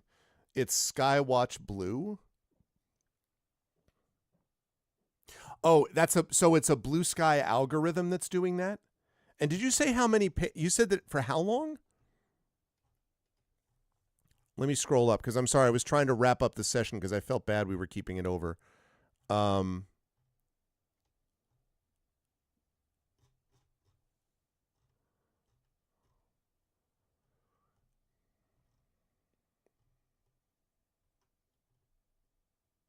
I posted so much huge, I got labeled and my posts hidden. Oh, okay. I see. 3 more days. Can you appeal that? That's absolute nonsense. I mean, again, I feel like it's not intentional because it's an algorithm. Example number 6 million as to why we should not have, algorithms without human involvement. But yeah, that's garbage. Anyway, I do wonder if someone could send something and be like, hey, Prince Justin is not, this was a mistake. I would do that. I'm sure that was not on purpose. What's frustrating me is not that Blue Sky is being mean to you. It's just that that's a competence thing. Like, it reminds me of, do you remember some years ago, those in chat who watched a live Hugo event, and you remember one of them got taken down? Like there was a copyright takedown thing. I want to say this was maybe 4 years ago or something like that. And the live stream was taken down because of some copyright thing. Because again, YouTube screwed up some algorithm business. Like happens a lot. And people will be like, well, but it doesn't make many mistakes. Yeah, but if it makes any mistakes, then we run into problems like this. So, yeah, like just annoying. Regardless of that, I do want to once again, though, say congratulations to all the Hugo nominees, but in particular, and I should ask, just because I'm looking to see, as we look at these Hugo nominees, did Amal get nominated?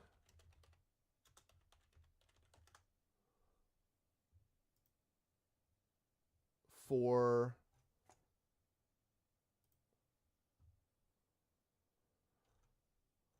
Okay, let me see. All right, congratulations to, there's Best Novel, yeah. Another Robert Jackson Bennett one. Good for Emily Notes. Yes, Amal did. So yet another former member of this channel in good standing. Amal got nominated for The River Is Roots for Best Novella. Let's see, I was just on a panel with Sarah Pinsker earlier this year. Martha Wells, my friend Martha, got nominated for Best Novelette. A lot of good people here. Catherine Valente is great too. Cool stuff with the Best Short Story, Best Series. A lot of good people here as well. Max Gladstone, I've had the chance to, I know Max very well. I've been on panels with and taught his stuff. I'm glad to see Bear got nominated for Elizabeth Bear for White Space series. Let's see. Best Graphic Story. Okay, cool. Then we get to Best Related Work. Yay! Invented the Renaissance. Nice. Also, Invented the Renaissance got Best Related Work. That's awesome. I really hope Ada Palmer wins that. There's a lot of really good things there. I think Inventing the Renaissance is awesome. I talked about this before. I know that Prince Justin is a big fan of this book too. I just finished that a week or so ago. It's dense, but it's so well written. Like just really engaging, really interesting. Highly, highly, highly record. So, oh God, Triffid. I just saw that. Damn it. But anyway, so congratulations to Ada Palmer. That's great. And again, there's all great people here. I just think that's super cool that Ada got nominated for that. Also, though, Inventing the Renaissance came out, I thought, was that just last year? Maybe it was just this past year, 2025, that it came out. I think it might have been. I forgot about that because it was written. She started writing it well before that. So congratulations to Ada Palmer. That's great. Okay, season 2 of Andor, which will auto win that category. Frankenstein. No, actually, I take that back. It may not auto win that category. Sinners may win that category. I could see Sinners winning that category. Murderbot All Systems Red. I'm glad to see Murderbot getting even more love in the television version. Best Game or Interactive Work. Blueprints, yeah, obviously could see that. Citizen Sleeper 2, also could see that. I actually think in terms of storytelling is better than Blueprints. Dispatch is amazing, also loved that. Hades 2 is just not my jam, but I understand. And then I've watched a lot of Hollow Knight Silksong. The only one of those I haven't played is Clair Obscur Expedition 33, or watched very much of is that. Man, between Citizen Sleeper 2 and Dispatch. See, I think Citizen Sleeper 2 ought to win that category, honestly. But I bet it's going to go to either Hades 2 or Hollow Knight Silksong. But Dispatch is great also. Those are all great categories. Great categories. Those are all really great. And then Best Editor, obviously Jen Brozek. We talked about that already. Scott Andrews does Beneath Ceaseless Skies. He's been there for a long time. Neil Clark's great. Lee Harris, Sheila Williams. All these are good people. Michael Damian Thomas. Best Editor Long Form. Again, Lee Harris edited for that. These are all very logical people as well. Chan Picasso gets nominated for the 70 millionth time because he's awesome for Best Professional Artist. A lot of good ones there, though. Best Semi-Prozine, good for Escape Pod. There's another one, by the way. Escape Pod, a bunch of people on there, but can I say, the editors are Mer Lafferty and Valerie Valdez, both of whom have been on, are friends of the channel, are currently, Mer Lafferty currently in a campaign on this channel. Valerie has multiple times appeared on this channel in various capacities, including on Speculate. So Escape Pod, there we go. Let me see, anyone else? Corio, there's On Spec. There's Strange Horizons, of course. Deadlands, yep. And then Uncanny Magazine, sure. Fanzine, let's see. We have these going on with this. Mixtape, Journey Planet. And, of course, Nerds of a Feather, hey-o, featuring our very own Prince Justin. And then Best Fan Cast. All of those are part of this. Good for Scott Edelman getting on that list, too, by the way. Best Fan Writer, Jason Sanford, yep. James Davis Nichols. Best Fan Artist, I'm not familiar with those, but that's on me. And then on Best Poem, we have Best Poem, we have Brandon O'Brien, who is going to get there. I think Brandon has a good shot at that because so many people from last year's Hugo ceremony saw that. So I think Brandon's got a real shot at that one. And then last but certainly not least, we have the Lodestar Award and then the Astounding Award. Those and disqualifications, they are found to be ineligible. Lady Astronaut, Singing Hills, Astounding. Nominees, they declined. Lindsay Hall declined. Beneath Ceaseless Skies declined.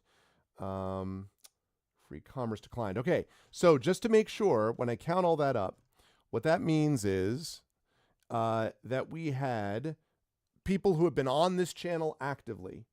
Okay, that's what matters here. 1, Amal.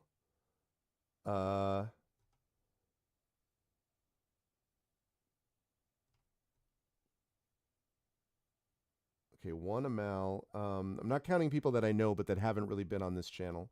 So 1 Amal. I can't count Ada Palmer. Has not been on this channel. Can't count Martha Wells either. 2, Jennifer Brozek on this channel. 3, Brandon O'Brien on this channel. 4, Nerds of a Feather, including Prince Justin, on this channel. And there was one other, I think. 3, 4. Yeah. So 4 of these people have been on my channel. That's what it's about. Me. No, totally kidding. I'm really glad to see these people. These are all a lot of good names there. And best of luck to our very own Prince Justin and to our very own, although Mal hasn't been here for a while because of being busy and stuff, but Mal, best of luck to Mal. Best of luck, of course, to Jennifer Brozek. Best of luck to our very own Brandon O'Brien. So, Mer Lafferty, that was the other one, 5. And Valerie Valdez, 6. So best of luck to Mer and Valerie also. So that's pretty awesome. Super excited about that. So congratulations to all those folks. I am very excited to see where that all goes. And I am sure that the Hugo that is so richly deserved will at some point come through there. But regardless, being a multiple time, of course, Prince Justin, a multiple Hugo finalist, let's just say that, multiple times. So congratulations, though. That's a really big deal, and I'm excited to see how things go down later on this year. All right, I've got to rise up on out of here, folks, though, because I've now spent 15 minutes or, talking about these things. Think on this. What am I thinking on? I hopefully am not thinking on the autocorrect of Trifid. I hope I'm not thinking about Trifid's autocorrect, because I think we can all agree that's probably not... You will be simultaneously a finalist and working the Hugo receptionist photographer again. So what that means is you have to do a Hugo-worthy selfie, Prince Justin. Right? You have to do a Hugo-worthy selfie.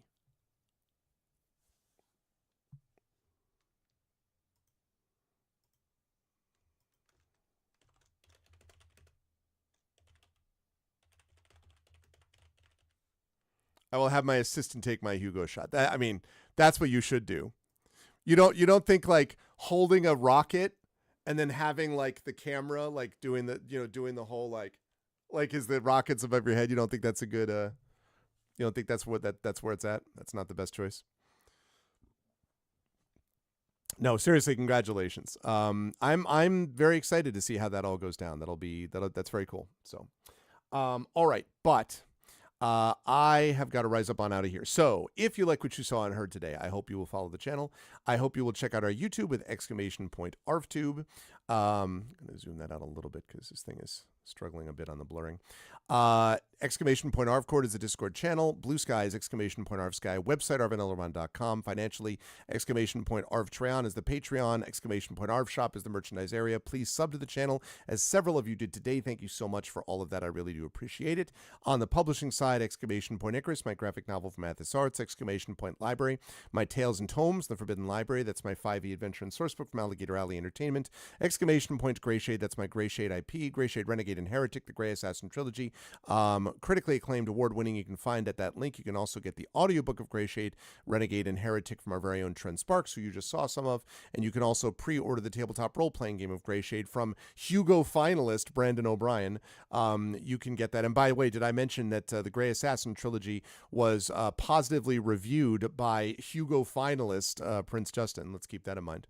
But anyway, you can pre-order the tabletop role-playing game of Greyshade from Brandon O'Brien and coming out from Alligator Alley Entertainment. And as always, !BLM, Black Lives Matter. Important to affirm and assert the significance and importance of Black lives. !Help Now, the World Health Organization page on suicide prevention. Important to reach out to others when you need help and reach out to others when they need help as well. And !Ukraine, UKRAINE, to help the people of Ukraine as they fight back against an illegal and illegitimate war with bravery and courage. And send the message, will do so for others in that situation in the future. Want to thank everyone who made this an awesome stream tonight. Thank you so much to my wonderful mods, Prince Justin, Triffity Mats, the best in the business. Thank you to my wonderful Patreon supporters and subscribers. Thank you to Prince Justin, Triffity Mats, Effect Life, Nonstop, Wispy Song, Imaginary Exponent, Live Suing. Thank you to my wonderful viewers. Thank you to Big Boss. Thank you to Hyrold. Thank you to Caro. Thank you to Malachi. Thank you to Sunny Boy. Thank you to T-Bank, the Airmaster, the Crocs, Trendane, and Valerian Gamer. And special thanks today to my wonderful Dragonbane crew. Feel better, Bruce, but everyone who was here today, thank you to the Crocs, thank you to Tren, and thank you to Tari for being awesome. I will see you in just about 15 minutes at the top of the hour over on GOG.com's Twitch channel for Pen and Pixels as I continue with Evoland 2. And then don't forget, back here tonight at 8 p.m. Eastern will be the roundtable faculty discussion with folks from St. John's University, including myself and two of my colleagues, all union involved. I'm union involved, and they are actual union reps. And from Carlos Hernandez and from Zach Kaiser, who is at Michigan State, vice president of their newly recognized faculty union. Please spread the word about that too.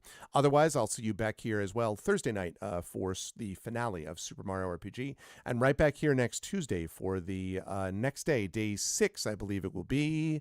Day 6, I think it will be, yes, of Dragonbane, Secret of the Dragon Emperor. Thanks, everyone, tonight for being here, and I'll see you folks in a little while. Until then, everyone, be good to each other, and bye for now.